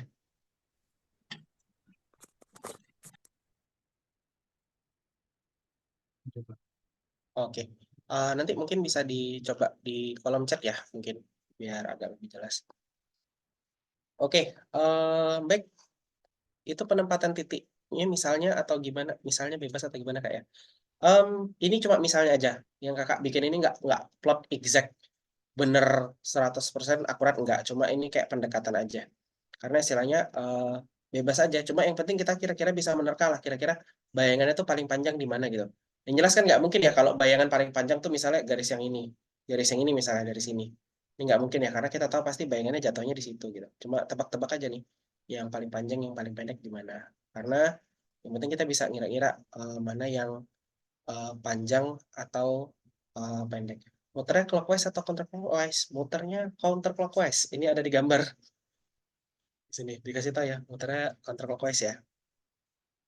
Oke, kalau untuk penempatan titiknya sebenarnya bebas. Yang penting teman-teman tahu kira-kira kalau misalnya dia bayangannya paling panjang itu kenanya di mana, yang paling pendek kenanya di mana. Terus tahu arah muternya kemana, sehingga kita nanti bisa memperkirakan tuh bayangannya geraknya kemana. Ya, ini emang agak advance ini. Kalau kejawab soal IRT-nya, apa kalau kejawab IRT-nya langsung tinggi nih. Kayak tadi ada yang bilang kayak gitu. Oke, ini kalau kakak lanjutin kayaknya kemeng ya kepalanya ya. Karena emang ya soal peran matematika itu agak advance. Apa pengetahuannya nggak perlu banyak, tapi yang dilihat biasanya kreativitasnya. Judulnya aja penalaran kan. Kalau yang materinya agak banyak pengetahuan kuantitatif tuh karena judulnya aja pengetahuan. Beda yang satu penalaran, yang satu pengetahuan ya. Nah, ini ada soal-soal ini. Ini mungkin next time bisa kita bahas kapan-kapan ya. Mungkin entah di acara selanjutnya atau mungkin kayak misalnya di grup Kak nanya ini ada cara ininya nggak? Ada cara apa namanya? Cara cara efektifnya nggak untuk kerjain? Oh, ada dong. Kalau ini malah soalnya lebih gampang yang ini. Karena tadi kalau misalnya materi perbandingan sudah hatam, tinggal ngitung-ngitung dikit beres gitu. Yang penting tahu cara ngitungnya nggak ngabisin waktu gimana. Nggak apa-apa lanjut aja Kak. Ya soalnya ini kayaknya kena durasi ya. Oke, ini kalau misalnya ini soal latihan ini, kakak rasa nih kalau misalnya teman-teman sudah hatam perbandingan, mungkin ini ngerjain ini di bawah 7 menit mungkin bisa ya. Karena kan peran matematika tuh waktunya 30 menit soalnya 20 ya. Berarti sekitar satu satu soal sekitar 40 detik kira-kira. Eh, 1,5 menit ya, sorry, sekitar 1,5 menit, sekitar 90 detik. Ya harusnya bisa lah nih, 7,5 menit bisa lah. Oke, nah ini kalau misalnya teman-teman mau apa namanya, Kak, kok kayak kalau cuma ngerjain itu mah nggak ada tantangannya gitu.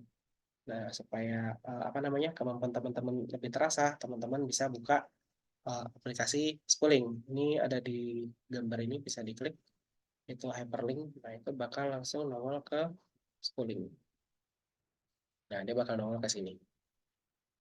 Nah, ini ada kumpulan soal banyak banget ya. Ada PK, ada matematika, ada matematika IPA. Ini misalnya kita klik yang pendalaman matematika. Nah, di sini ada soal nih. Ada soalnya macam-macam. Nah, ini kalau tadi kan bentuknya baca datanya dalam bentuk diagram pie ya atau pie chart. Nah, kalau ini bentuknya dalam tabel gitu. Nah, ini investasi yang keuntungannya besar yang mana? Berarti ya cari yang harga jualnya tinggi, harga belinya rendah ya. Nah, ini mana kira-kira? Dikali coba. Ya, dikali. Oh, berapa nih kira-kira? Kayaknya yang seri rezeki deh. Coba kita cek ya. Nah, kalau salah tuh tampilannya kayak gitu. Jadi, untuk penerapan matematika benar-benar dihitung ya. Nah, kemudian ini, nah misalnya kayak gini nih, ada soal yang, oh ini kayaknya harusnya PK deh. Nggak apa-apa dilaporin aja. Misalnya ini soal Soal bisa. soal di subjek yang salah, harusnya PK. Nah, karena ini masih early access ya teman-teman. Jadi kayak apa namanya, masih ada beberapa bug. Nah, ini teman-teman istilahnya satu dari sedikit orang yang beruntung lah yang bisa nyobain early access sambil ini nge-report ini. Tapi nggak apa-apa kalau dikerjain. Sebenarnya untuk PK sama penerapan matematika tuh materinya hampir sama. Oke, seorang juru masak 3050 kue dalam 5 jam. Kalau misalnya dia cuma punya waktu 3 jam, berapa berapa ini berapa berapa kue yang bisa dia bikin? Ya udah, ya tinggal di ini aja. 5 jam itu sama dengan 3050. Ya udah, kalau 3 berapa? 3 jam. Hitung dulu ya. 3 per 5. Karena kan supaya apa namanya 5 ini supaya jadi 3 per 5 itu 5 itu supaya jadi 3 harus dikali 3 per 5 ya. Sebenarnya juga dikali 3 per 5.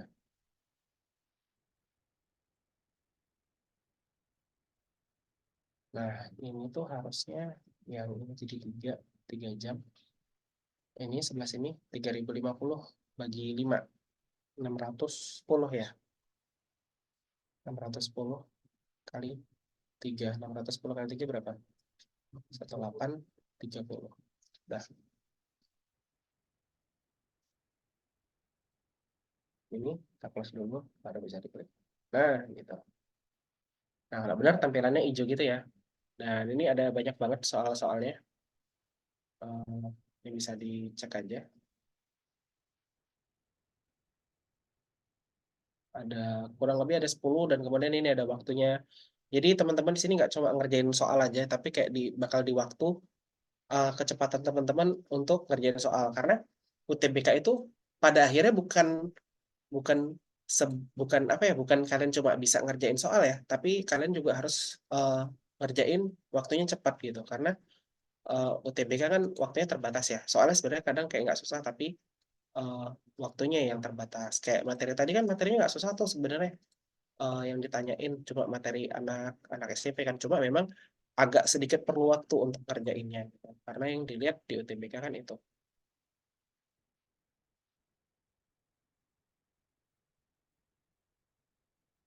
Nah, kemudian ini kalau selesai, ini bisa lihat pembahasan untuk yang tadi, ini yang salah gitu. Oh, ternyata ini ada nih selisihnya yang jauh. Oh, ini ada ya yang sampai 200. Nah, kalau misalnya ada jawaban yang nggak sesuai, itu bisa bisa langsung di report ya. Misalnya nggak sesuai gitu. Itu bisa langsung di report. Tapi ini udah bener sih. Oh, ini volume transaksinya ada ini ya. Ada 300, ada 250 ya. Oh, jadi kali segitu. Sorry. Tadi nggak ada itu.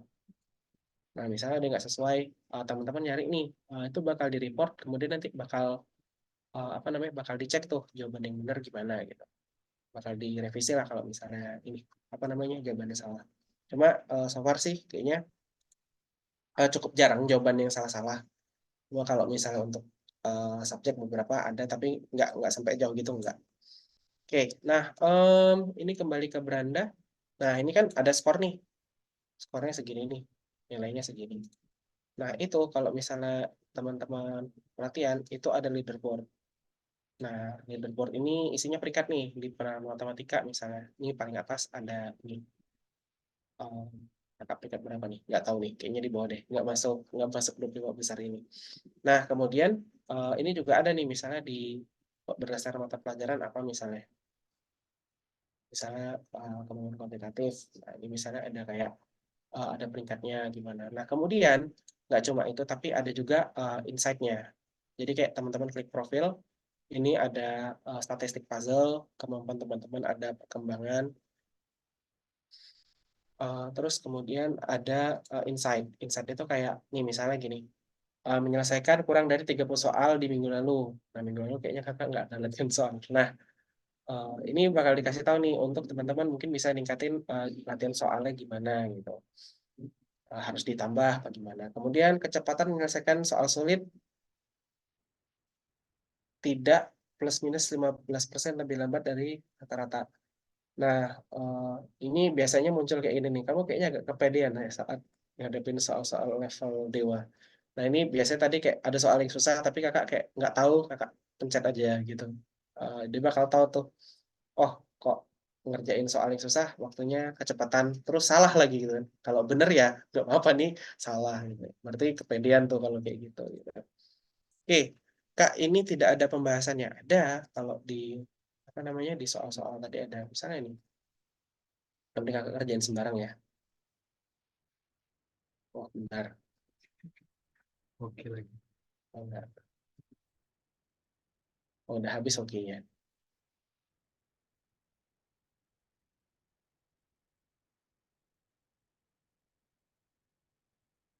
Nah, ini kabar aku tadinya.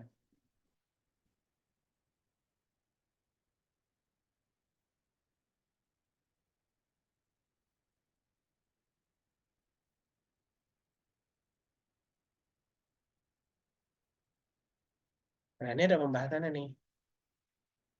Nih, soal yang salah nih. Kenapa nih salah? Oh, ini pembahasannya. Pembahasannya tadi kakak jawab 75, asal jawabannya 80. Nah, ini dikasih tahu ya. Ini 125, yang ini di sini juga pasti 125 ini tinggal dihitung dapatnya berapa. Nah, di sini ini kasih tahu. D itu besarnya 125 kurang 180, 55 derajat. Eh, C ke D ini sudut yang apa istilahnya sehadap lah istilahnya saling bukan sehadap sih apa namanya saling apa namanya ya saling berseberangan. Nah itu D bahasa D kan berseberangan nih C sama D besarnya sama. C-nya 55 derajat, dia udah 55 tambah 45, itu kan harusnya 180 ya karena ini kan harusnya datar nih, dapat B-nya 80 derajat. Nah gitu caranya itu dikasih ada pembahasannya tuh untuk itu.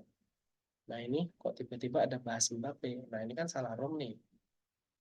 Soal berada di subjek yang salah. Harusnya nih PPU.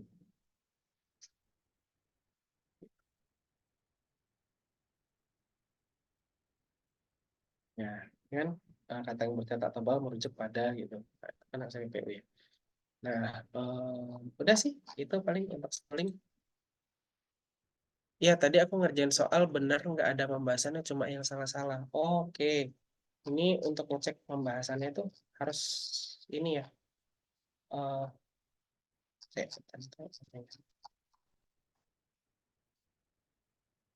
Nah, ini diklik lihat pembahasannya dulu tadi. Terus diklik. Kalau misalnya nggak ada, nanti langsung report aja di grup. Kemungkinan ada ngebug biasanya. Kalau misalnya ternyata tadi, kayaknya nggak ada deh tadi lihat pembahasannya. Nanti kalau misalnya nongol, langsung dikabarin ya di grup biar dibenerin bugnya. Oke, mungkin itu untuk materi hari ini. Semoga bisa bermanfaat buat teman-teman ya.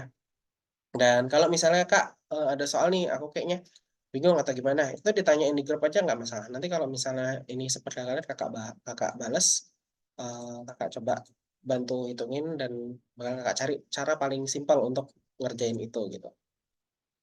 Mungkin itu untuk ini. Ini saya kembalikan ke moderator ya, ke Mbak Amel. Terima kasih. Oke, terima kasih banyak Kak Sandro untuk pembelajarannya. Tadi kita udah mumet ya lihat angka-angka. Tadi aku tuh mumet banget. Biang lala aja tuh diukur gitu ya Kak ya.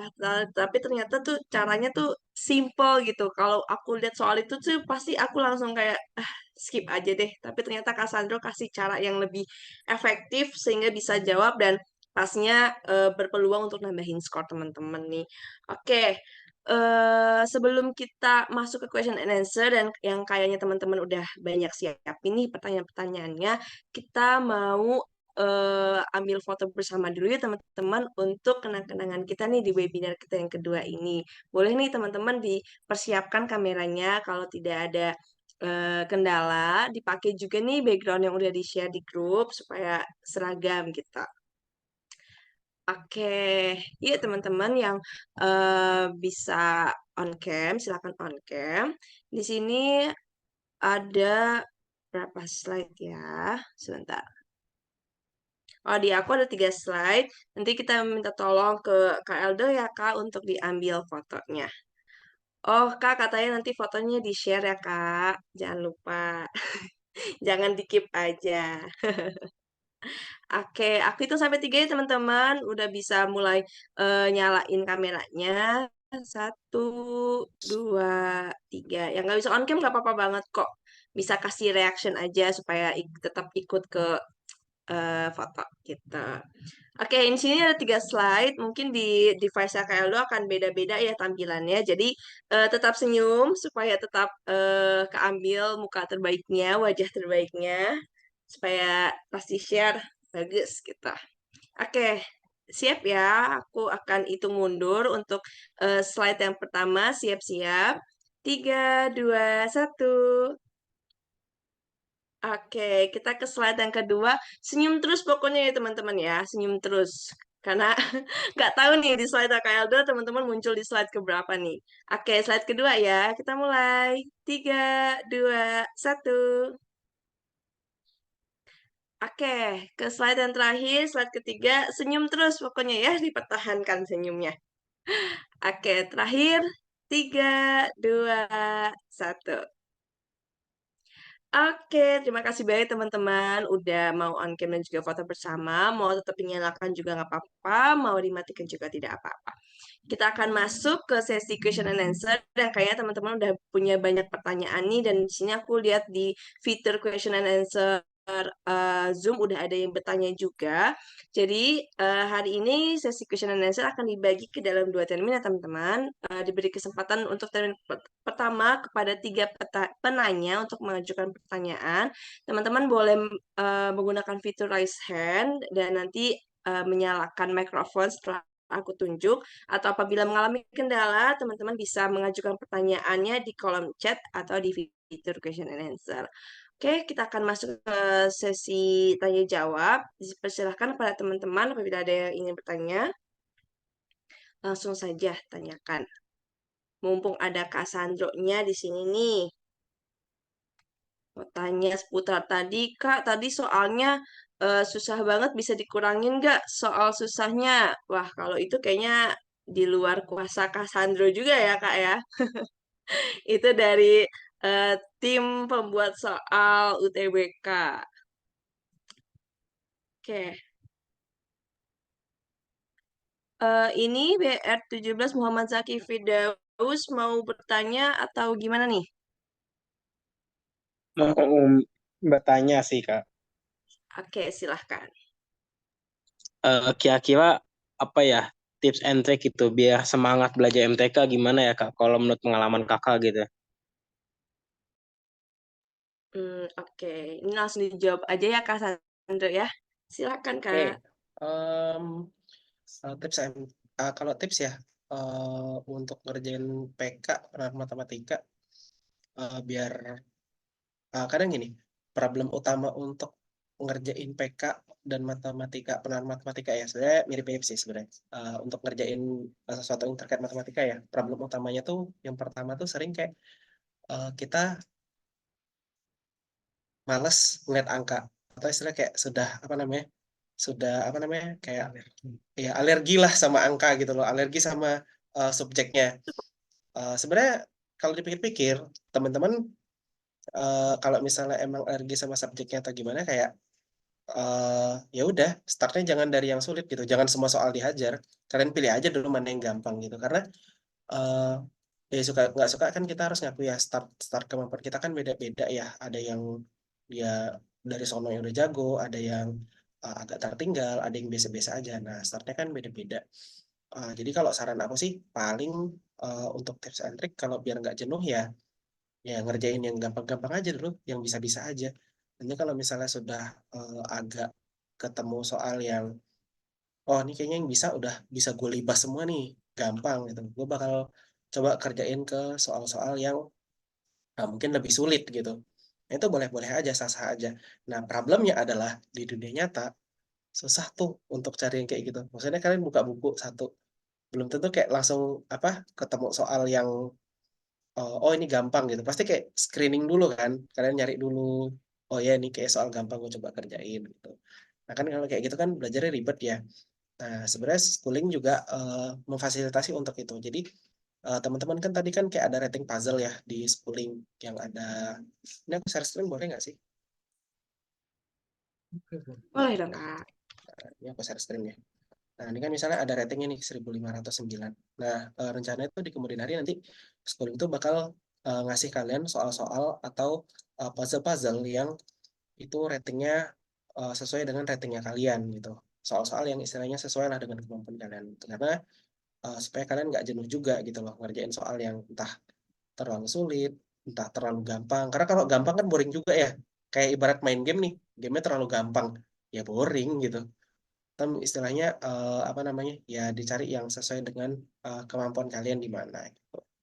Kalau tips and trick itu sih paling yang kedua kalau ngerjain matematika jangan malas nyoret ya karena malas nyoret tuh apa ya malas nyoret tuh artinya kayak kalian ngebebanin semua semua cara apa berhitung di kepala apa logik di kepala semua di kepala kayak penuh semuanya jadi ya dibagilah ke yang coret-coret gitu kalau di kertas coret-coret itu ya untuk ngitung-ngitung aja gitu jadi kayak tugas-tugas yang sifatnya dummy dan repetitif berhitung tuh kan sebenarnya repetitif ya hitung 24 kali 3 gitu pasti udah ratusan kali kalian berhitung 24 kali 3 berapa kan itu kan artinya sifatnya dummy nah untuk yang kayak gitu tuh mungkin bisa di kertas gitu kalau untuk yang mikir mungkin di kepala aja cukup itu sih paling dari aku. Apakah cukup menjawab tadi kira-kira? Oke, Kak, cukup menjawab. Oke, terima kasih. Oke, terima kasih Zaki untuk pertanyaannya. Mungkin di sini aku mau bacain pertanyaannya Kak, yang ada di fitur question and answer. Ada yang nanya nih Kak, jika waktu UTBK mending kerjain soal banyak tapi benarnya dikit, atau kerjain soalnya dikit tapi benarnya banyak Kak? Ya, jawabannya mending kerjain banyak benernya banyak dong kalau bisa. Ya maksudnya dalam artian gini ya. em, Kalau di UTBK kan baik lagi skor itu kan tinggi berdasarkan IRT ya. IRT itu item response theory. Kayaknya minggu lalu aku udah sempat singgung sedikit deh. Jadi gampangan ya skor itu makin gede kalau misalnya jadi gini bayangin misalnya soal penerapan matematika ada 20 ya dan skor tertinggi untuk penerapan matematika itu 1000 artinya kalau dipukul rata kan satu soal nilainya berarti 1000 bagi 20 1000 bagi 20 itu 50 ya sekitar 50. Nah tapi kan karena ada IRT bobotnya tuh nggak seragam nih nggak semuanya 50 jadi bisa jadi ada yang nilainya 60 ada yang 30 nah itu kan kita nggak tahu tuh karena tergantung dari tingkat kesulitan soalnya gimana. Tingkat kesulitan itu gimana? Tingkat kesulitan itu sangat bergantung sekali dengan yang jawab di situ benar berapa orang gitu. Yang jawab salah di situ berapa orang gitu. Karena kan itu untuk mengetahui soal itu sulit apa enggak kan. Kalau misalnya dari 1000 peserta, 1000 orang benar semua di situ. Ya, soalnya gampang gitu.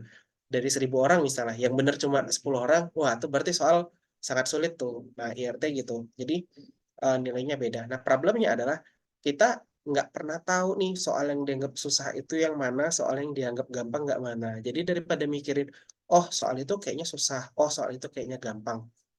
Mending cuekin aja, fokus ke kalian, coba cari soal yang kalian bisa jawab dengan waktu paling singkat. Jadi di awal tuh biasain screening dulu 1 sampai 20 tuh kalian screening dulu cek cek cek cek cek. Oh ini kayaknya aku bisa selesai di 2-30 detik gitu. Nah, cari soal kerjain yang kayak gitu dulu. Nggak masalah ngebuang 1 menit untuk screening soal, tapi kalian udah tahu nih, habis misalnya ngerjain nomor 3, mau lanjut kemana tuh kalian udah tahu gitu. Mending kayak gitu.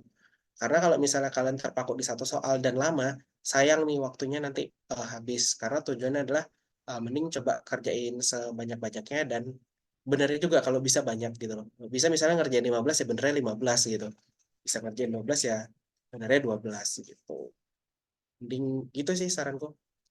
Lebih ke manajemen waktu sama jangan malas untuk screening di awal karena screening itu sebenarnya bisa bikin skor kalian naik banget karena itu screening itu membantu untuk mengefisiensikan waktu kalian gitu. Kurang lebih gitu. Nah, di schooling ke depannya rencananya eh, untuk user premium itu kita bakal bisa ngeliat loh. Misalnya ada soal nih, area share screen lagi misalnya.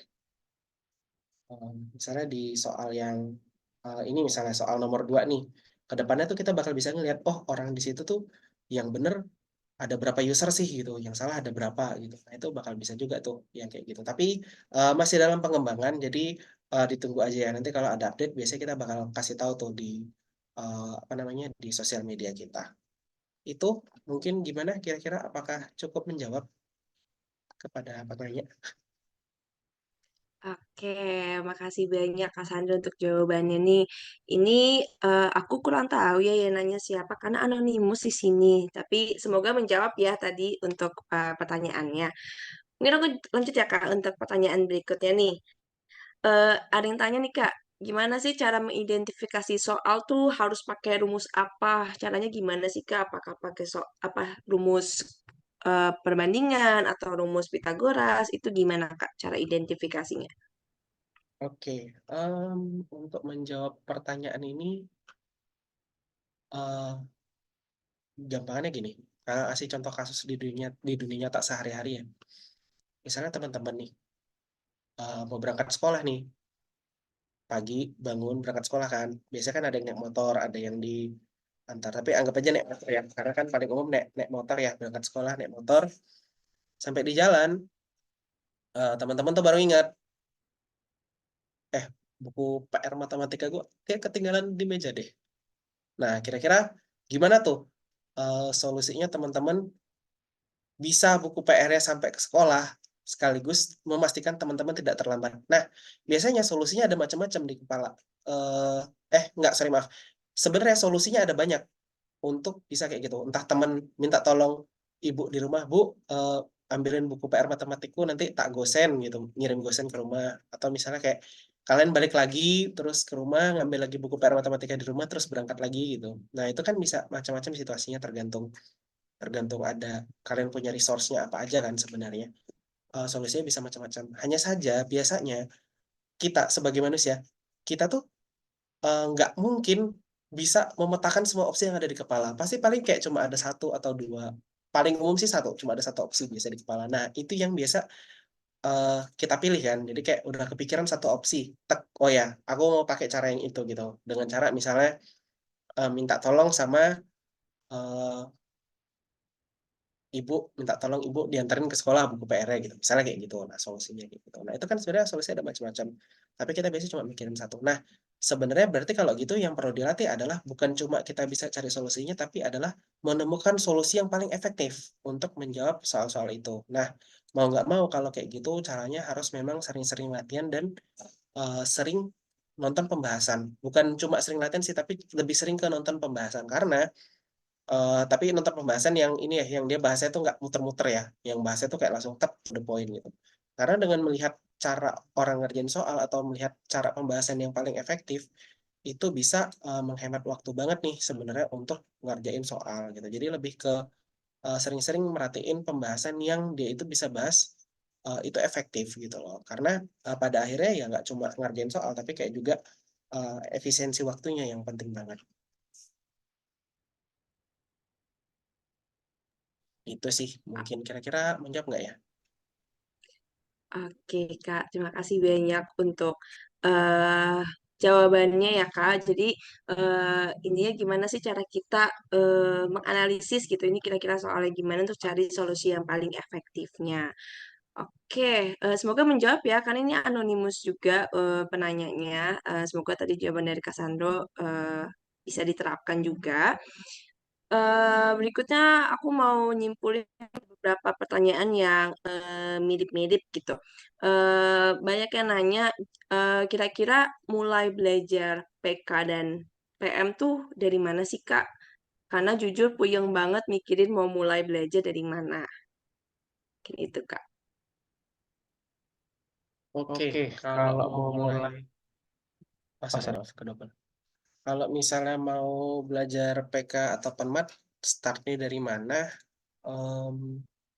Itu, oke, coba kita buka PPT tadi ya. Coba tadi ada materi-materinya deh.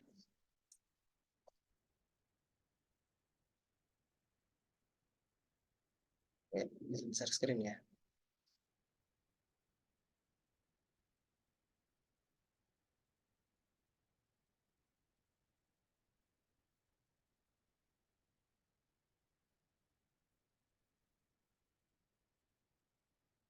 Duh, di belakang sekali ini. Oke, nah ini di sini ya. Startnya dari mana? Kalau saran gue sih dari yang kalian emang minat untuk belajar aja. Karena sebenarnya kalau belajar itu yang paling susah itu adalah ngebentuk habit untuk belajarnya di awal.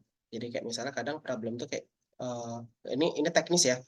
Ya kadang kita kayak nggak disiplin nih kayak oh aku sudah bertekad akan belajar selama 1 jam 1 hari gitu untuk matematika gitu. Nah kadang ngebangun habitnya susah. Nah supaya habitnya bisa kebangun, eh, teman-teman bisa belajar itu mungkin pertama itu per bab ya. Per bab pilih bab yang teman-teman paling suka. Misalnya paling gampang kayaknya eh, data statistik gampang deh karena cuma ngeliat grafik.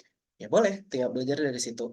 Atau misalnya kayak, oh paling gampang nih belajar operasi bilangan nih, dari SD udah ada nih operasi bilangan gitu. Udah belajar dari situ aja, dari materi yang itu gitu. Nanti kalau habitnya udah kebentuk, ininya gimana, itu nanti bakal bisa ini sendiri kok, bakal bisa jalan sendiri. Kadang problemnya gini, ada beberapa topik yang kayak kalian tuh perlu keilmuan tertentu dulu untuk bisa sampai ke sana. Misal kayak kalian belajar fungsi. Fungsi itu kan nanti ada persamaan garis, persamaan kuadrat, dan ini kan ada fungsi komposisi dan inverse. Nah, yang gitu-gitu tuh. Itu kan kayak istilah kalau mau bisa fungsi kuadrat harus bisa persamaan garis kan. Ada istilahnya ada kayak pathway-nya gitu lah. Ibarat kalau misalnya kalian main Mobile Legends nih, ya pertama harus ngerti dulu ya objektif gamenya apa gitu. Terus kemudian belajar landing gimana, belajar milih item. Itu nanti tuh belakangan tuh yang penting kayak bisa landing dulu apa gimana. Nah kan ada step by stepnya kan. Nah untuk roadmap-nya kira-kira sebaiknya apa namanya kalau misalnya mau mau belajar ini nih misalnya materi fungsi itu prasyaratnya apa aja. Itu kayaknya mungkin kita bisa bikinin materi terpisah sendiri ya mungkin kayak menyusun rencana belajar untuk PK dan penerapan matematika atau mungkin bisa nanti kita bahas sendiri karena kalau misalnya mau kita bahas startnya dari mana itu ya paling gampang ya adalah ngebangun habitnya dulu habit belajar itu dengan cara belajar dari bab yang paling gampang kemudian yang agak PR adalah di beberapa materi yang advance itu bingung karena kita nggak nguasain subbab sebelumnya atau materi sebelumnya. Nah, itu yang agak PR dan itu sebenarnya perlu perlu knowledge lagi sih kayak misalnya fungsi itu kalau sebelum masuk fungsi kuadrat itu harus nguasain apa aja. Nah, ini kan itu sebenarnya nggak ada ininya, nggak ada apa namanya, nggak ada buku atau aturan bakunya gitu. Nah, kalau itu sih nanti kayaknya mungkin bisa kapan-kapan kita bikinin pembahasan sendiri deh kalau misalnya eh, mau belajar apa itu persyaratnya apa gitu. Nah, itu sih paling kalau dari aku. Start dari bangun habitnya dulu, kemudian pelan-pelan baru belajar materi yang dari yang paling disuka sampai ke yang paling agak biasa aja gitu loh. Sampai nanti lama-lama ke yang sulit gitu. Itu sih paling. Semoga menjawab ya. Oke, Kak Sandro. Jadi intinya teman-teman boleh banget nih kalau untuk belajar PK dan Penmat tuh dibangun dulu eh kalau pemikiran tuh kayak saya suka matematika gitu kali ya kayak biar kebangun gitu habitnya. Matematika menyenangkan, ilmu yang asik gitu. Jadi supaya nggak takut duluan gitu ngelihat angka. Oke, di sini ada yang nanya lagi nih Kak. Eh, kalau untuk subtes penilaian matematika, lebih baik baca soalnya terlebih dahulu atau baca narasinya ya Kak? Wajib baca soalnya duluan.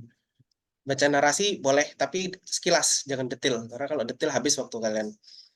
Eh, biasain untuk baca sekilas aja, terus kemudian ngeliat soal.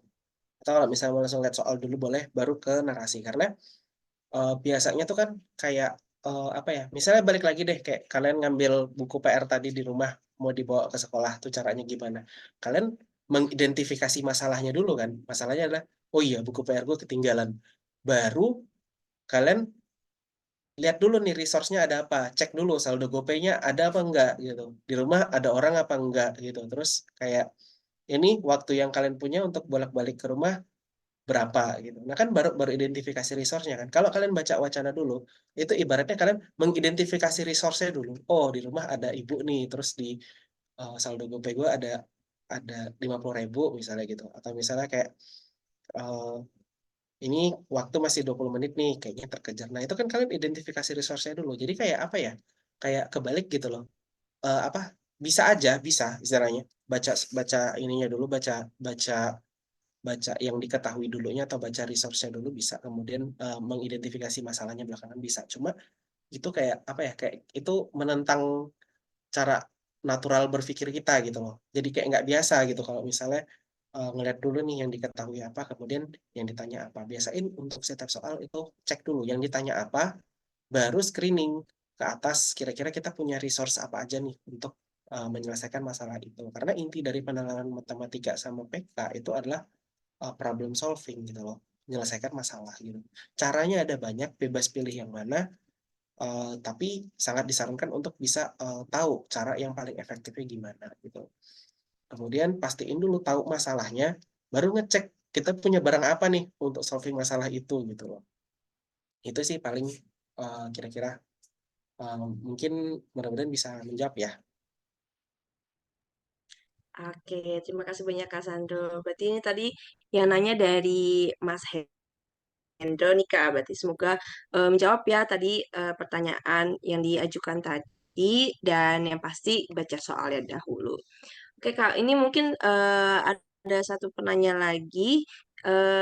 Nanya, Kak menurut Kakak waktu yang efisien buat belajar itu kapan dan berapa lama sih Kak waktu yang dibutuhkan untuk belajar? Oke, kalau ditanya paling apa tadi pertanyaannya paling paling baik kapan ya? Waktu yang efisien buat belajar itu kapan dan berapa lama waktu yang dibutuhkan? Paling efisien ya sebenarnya pas lagi nggak banyak pikiran ya. Kalau banyak pikiran besok mau ulangan, besok apa, terus habis ini habis itu kayak kepalanya lagi penuh kan nggak efektif ya sebenarnya. Tapi ya balik lagi sih sebenarnya paling efektif itu ya kayak kalau misalnya jenuh atau apa ya nggak usah belajar karena percuma mau jenuh gimana kan belajar nggak masuk. Tapi ya jangan jangan dalam artian kayak jenuh gitu kayak terus oh ya nih kayak gue jenuh deh nggak usah belajar gitu jangan jangan sampai kayak gitu terus ya malah nggak belajar belajar nanti. Ya dicari kira-kira yang pas posisi kalian lagi enak aja lagi santai apa gimana atau pas lagi kepala kalian nggak penuh kemudian kalian jadwalin kapan gitu kira-kira. Nah, kalau dijadwalin misalnya kakak bilang kayak tiap jam 9 malam gitu kan, itu kan kayak tidak representatif ya. Mana tahu ada yang jam 9 malam masih sibuk ngapain gitu. Atau misalnya kakak bilang, oh jam 3 pagi aja tuh habis sholat tahajud misalnya gitu kan. Itu kan kayak belum tentu representatif ya, karena kan apa namanya nggak semua orang bisa bangun jam 3 pagi. Jadi untuk waktunya kapan itu dibalikin ke teman-teman untuk jamnya jam berapa. Tapi yang jelas kalau ditanya kapannya itu pastiin pilih jadwal yang teman-teman tuh bisa konsisten kayaknya aku jam segitu terus deh gitu. Jadi kayak sudah kebentuk nih habitnya misalnya kayak jam 8 malam ya udah dari jam 8 malam tuh tiap hari ya belajar jam 8 malam gitu. Penting tadi kan aku udah sempat bilang habitnya kebentuk dulu. Kalau habitnya udah kebentuk nanti ya tinggal tinggal ngikutin gitu kayak badan kita kayak udah kayak robot aja gitu kayak bisa bisa bisa langsung auto ngeluangin waktu lah gitu. Nah, gimana kalau misalnya pas jam 8 tuh pas lagi penuh kepalanya? Ya udah jangan jangan terlalu keras sama diri sendiri, agak fleksibel aja. Misalnya mungkin startnya setengah 9 atau mungkin kayak hari ini nggak belajar dulu deh karena kayak kepala lagi penuh nggak masalah gitu. Yang penting tuh jangan sampai eh, ada apa namanya kayak oh belajar itu artinya pusing gitu artinya ribet gitu loh jangan sampai ada mindset mindset seperti itu karena pada dasarnya kita tuh seneng loh untuk belajar manusia tuh punya punya apa ya namanya kayak kayak punya punya apa namanya punya punya willing untuk learning gitu karena kita tuh dari kecil kayak sudah penasaran akan sesuatu kan kayak sudah kepo lah sama sesuatu gitu. Cuma kadang-kadang entah mungkin di sekolah, entah mungkin gimana, itu yang ngebikin kadang kita jadi nggak tertarik atau nggak minat sama sesuatu gitu loh. Nah, pada dasarnya manusia itu punya willing untuk learning gitu. Cuma mungkin kayak entah mungkin dia ketemu guru yang salah apa gimana itu yang bikin oh malas nih gitu atau mungkin kayak cara belajarnya salah mungkin ini kayaknya susah deh jadi malas gitu karena sudah ada mindset belajar itu bikin capek apa segala macam, ya itu yang bikin jadi susah gitu. Kalau ditanya waktunya kapan, itu dibalikin lagi ke teman-teman kapannya. Tapi yang jelas situasinya kapan, situasinya pas teman-teman siap gitu. Ya kayak inilah yang kira-kira kayak habis belajar tuh seneng gitu. Jangan sampai ini kepala penuh disuruh belajar pusing ya. Besoknya jadi males belajar karena reward dari belajarnya ya kepala pusing tadi gitu loh. Jangan sampai seperti itu ya. Gitu. Itu mungkin Kak Amel. Oke, makasih banyak Kak Sandro. Berarti intinya gimana teman-teman bisa membagi waktu antara bermain dan juga belajar supaya lebih efektif dan yang pastinya jangan terlalu keras pada diri sendiri ya teman-teman, tetap jaga kesehatan supaya belajarnya pun lebih efektif gitu. Di sini juga sekalian ada nih Kak, mungkin tadi udah kejawab juga sama Kak Sandro nih, gimana cara bedain buat belajar UTBK dan juga sekolah. Nah, itu mungkin bisa dibagi lagi gitu ya kayak waktunya belajarnya di sela-sela waktu kayak ikut-ikutan acara kayak gini atau belajar bareng teman supaya suasananya beda juga bisa banget. Oke, apakah ada lagi yang ingin mengajukan pertanyaan? Boleh banget bisa langsung ketik di kolom chat atau di fitur question and answer atau mau raise hand juga boleh. Mungkin aku hitung mundur kali ya dari 5. Kalau misalkan tidak ada pertanyaan, kita cukupkan sampai sini. Aku hitung mundur ya teman-teman. 5, 4, 3. Ada pertanyaan di kolom tanya jawab. Hmm. Oh ya ini ya. Dari Navia Naurah Kak. Gimana triknya supaya mengerjakan soal dengan cepat, mengingat persoalan waktunya tidak banyak, sedangkan menghitung menggunakan rumusnya aja memerlukan waktu banyak. Terima kasih Kak. Ada Ada seseorang yang sangat bijaksana. Dia dulu tuh aku punya teman lah. Pokoknya inisialnya G, belakangnya S, anak psikologi UGM. Jadi tuh dia dulu kalau ngerjain soal bisa deh cepet banget. Kayak 1 menit tuh bisa satu soal. Terus ku tanya, gimana sih? Apa sih rahasianya? Kok bisa satu soal 1 menit? Jawabannya ternyata dia bilang, aku jawab soal itu pakai feeling kata dia. Ya, terus aku kayak gimana ya? Itu kan kayak apa ya? Tidak terukur gitu ya. Emang tahu dari mana feelingnya? Tapi dia jawab soal pakai feeling tuh skornya bagus ya. Bukan bukan asalan gitu loh. Bukan passing grade itu bukan jelek enggak. Skornya bagus. Nah, ternyata eh, sebenarnya kalau menurutku sah-sah aja jawab soal pakai feeling. Cuma pertanyaan berikut adalah, feeling kalian tuh bagus nggak gitu? Intuisi kalian bagus apa enggak? Nah, salah satu caranya adalah supaya intuisi atau feeling kalian tadi bagus, ya kalian memang harus banyak latihan. Sering-sering lihat bentuk soal, hafal dengan pattern-pattern yang sering keluar itu gimana. Karena kalau kalian misalnya udah hafal sama pattern sesuatu, ya kalian jadi apa ya, kayak proses berpikir kalian bisa jadi lebih cepat dan lebih efisien gitu. Itu kayak misalnya biasanya orang-orang yang gamenya repetitif gitu. Misalnya kayak main apa ya, misalnya main catur misalnya gitu. Kenapa sih kok tahu harus ngelangkah ke situ ya? Karena sudah sering tuh kalau misalnya langkahnya ke tempat lain ya malah jadi mati. Atau misalnya kalau main game misalnya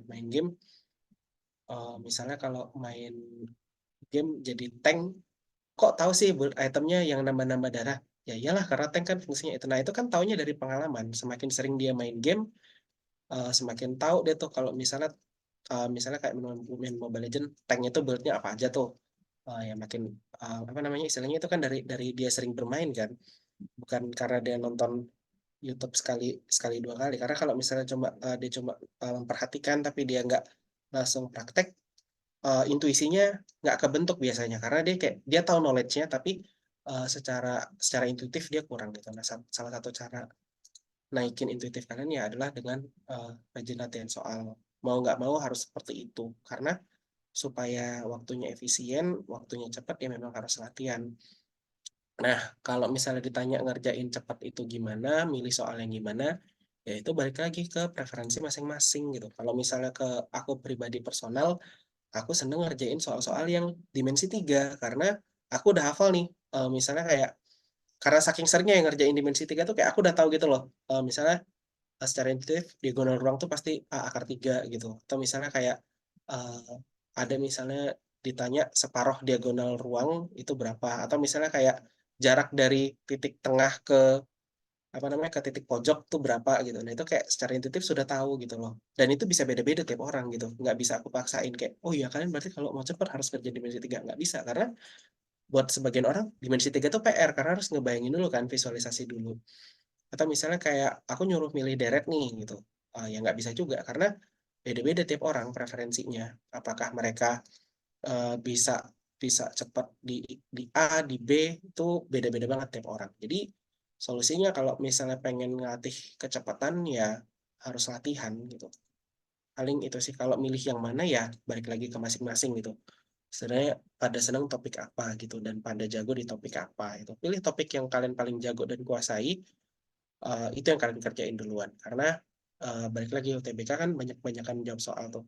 Jadi ya mau nggak mau harus pilih yang kalian emang jago di situ gitu. Harus screening di awal, cari kalian ini kayaknya bisa solve di bawah 1 menit, itu kerjain start dari situ. Habis itu nextnya baru pilih soal lain gitu. Yang kalian bisa kerjain nggak kalah cepatnya. Itu sih paling dari aku. Semoga menjawab ya.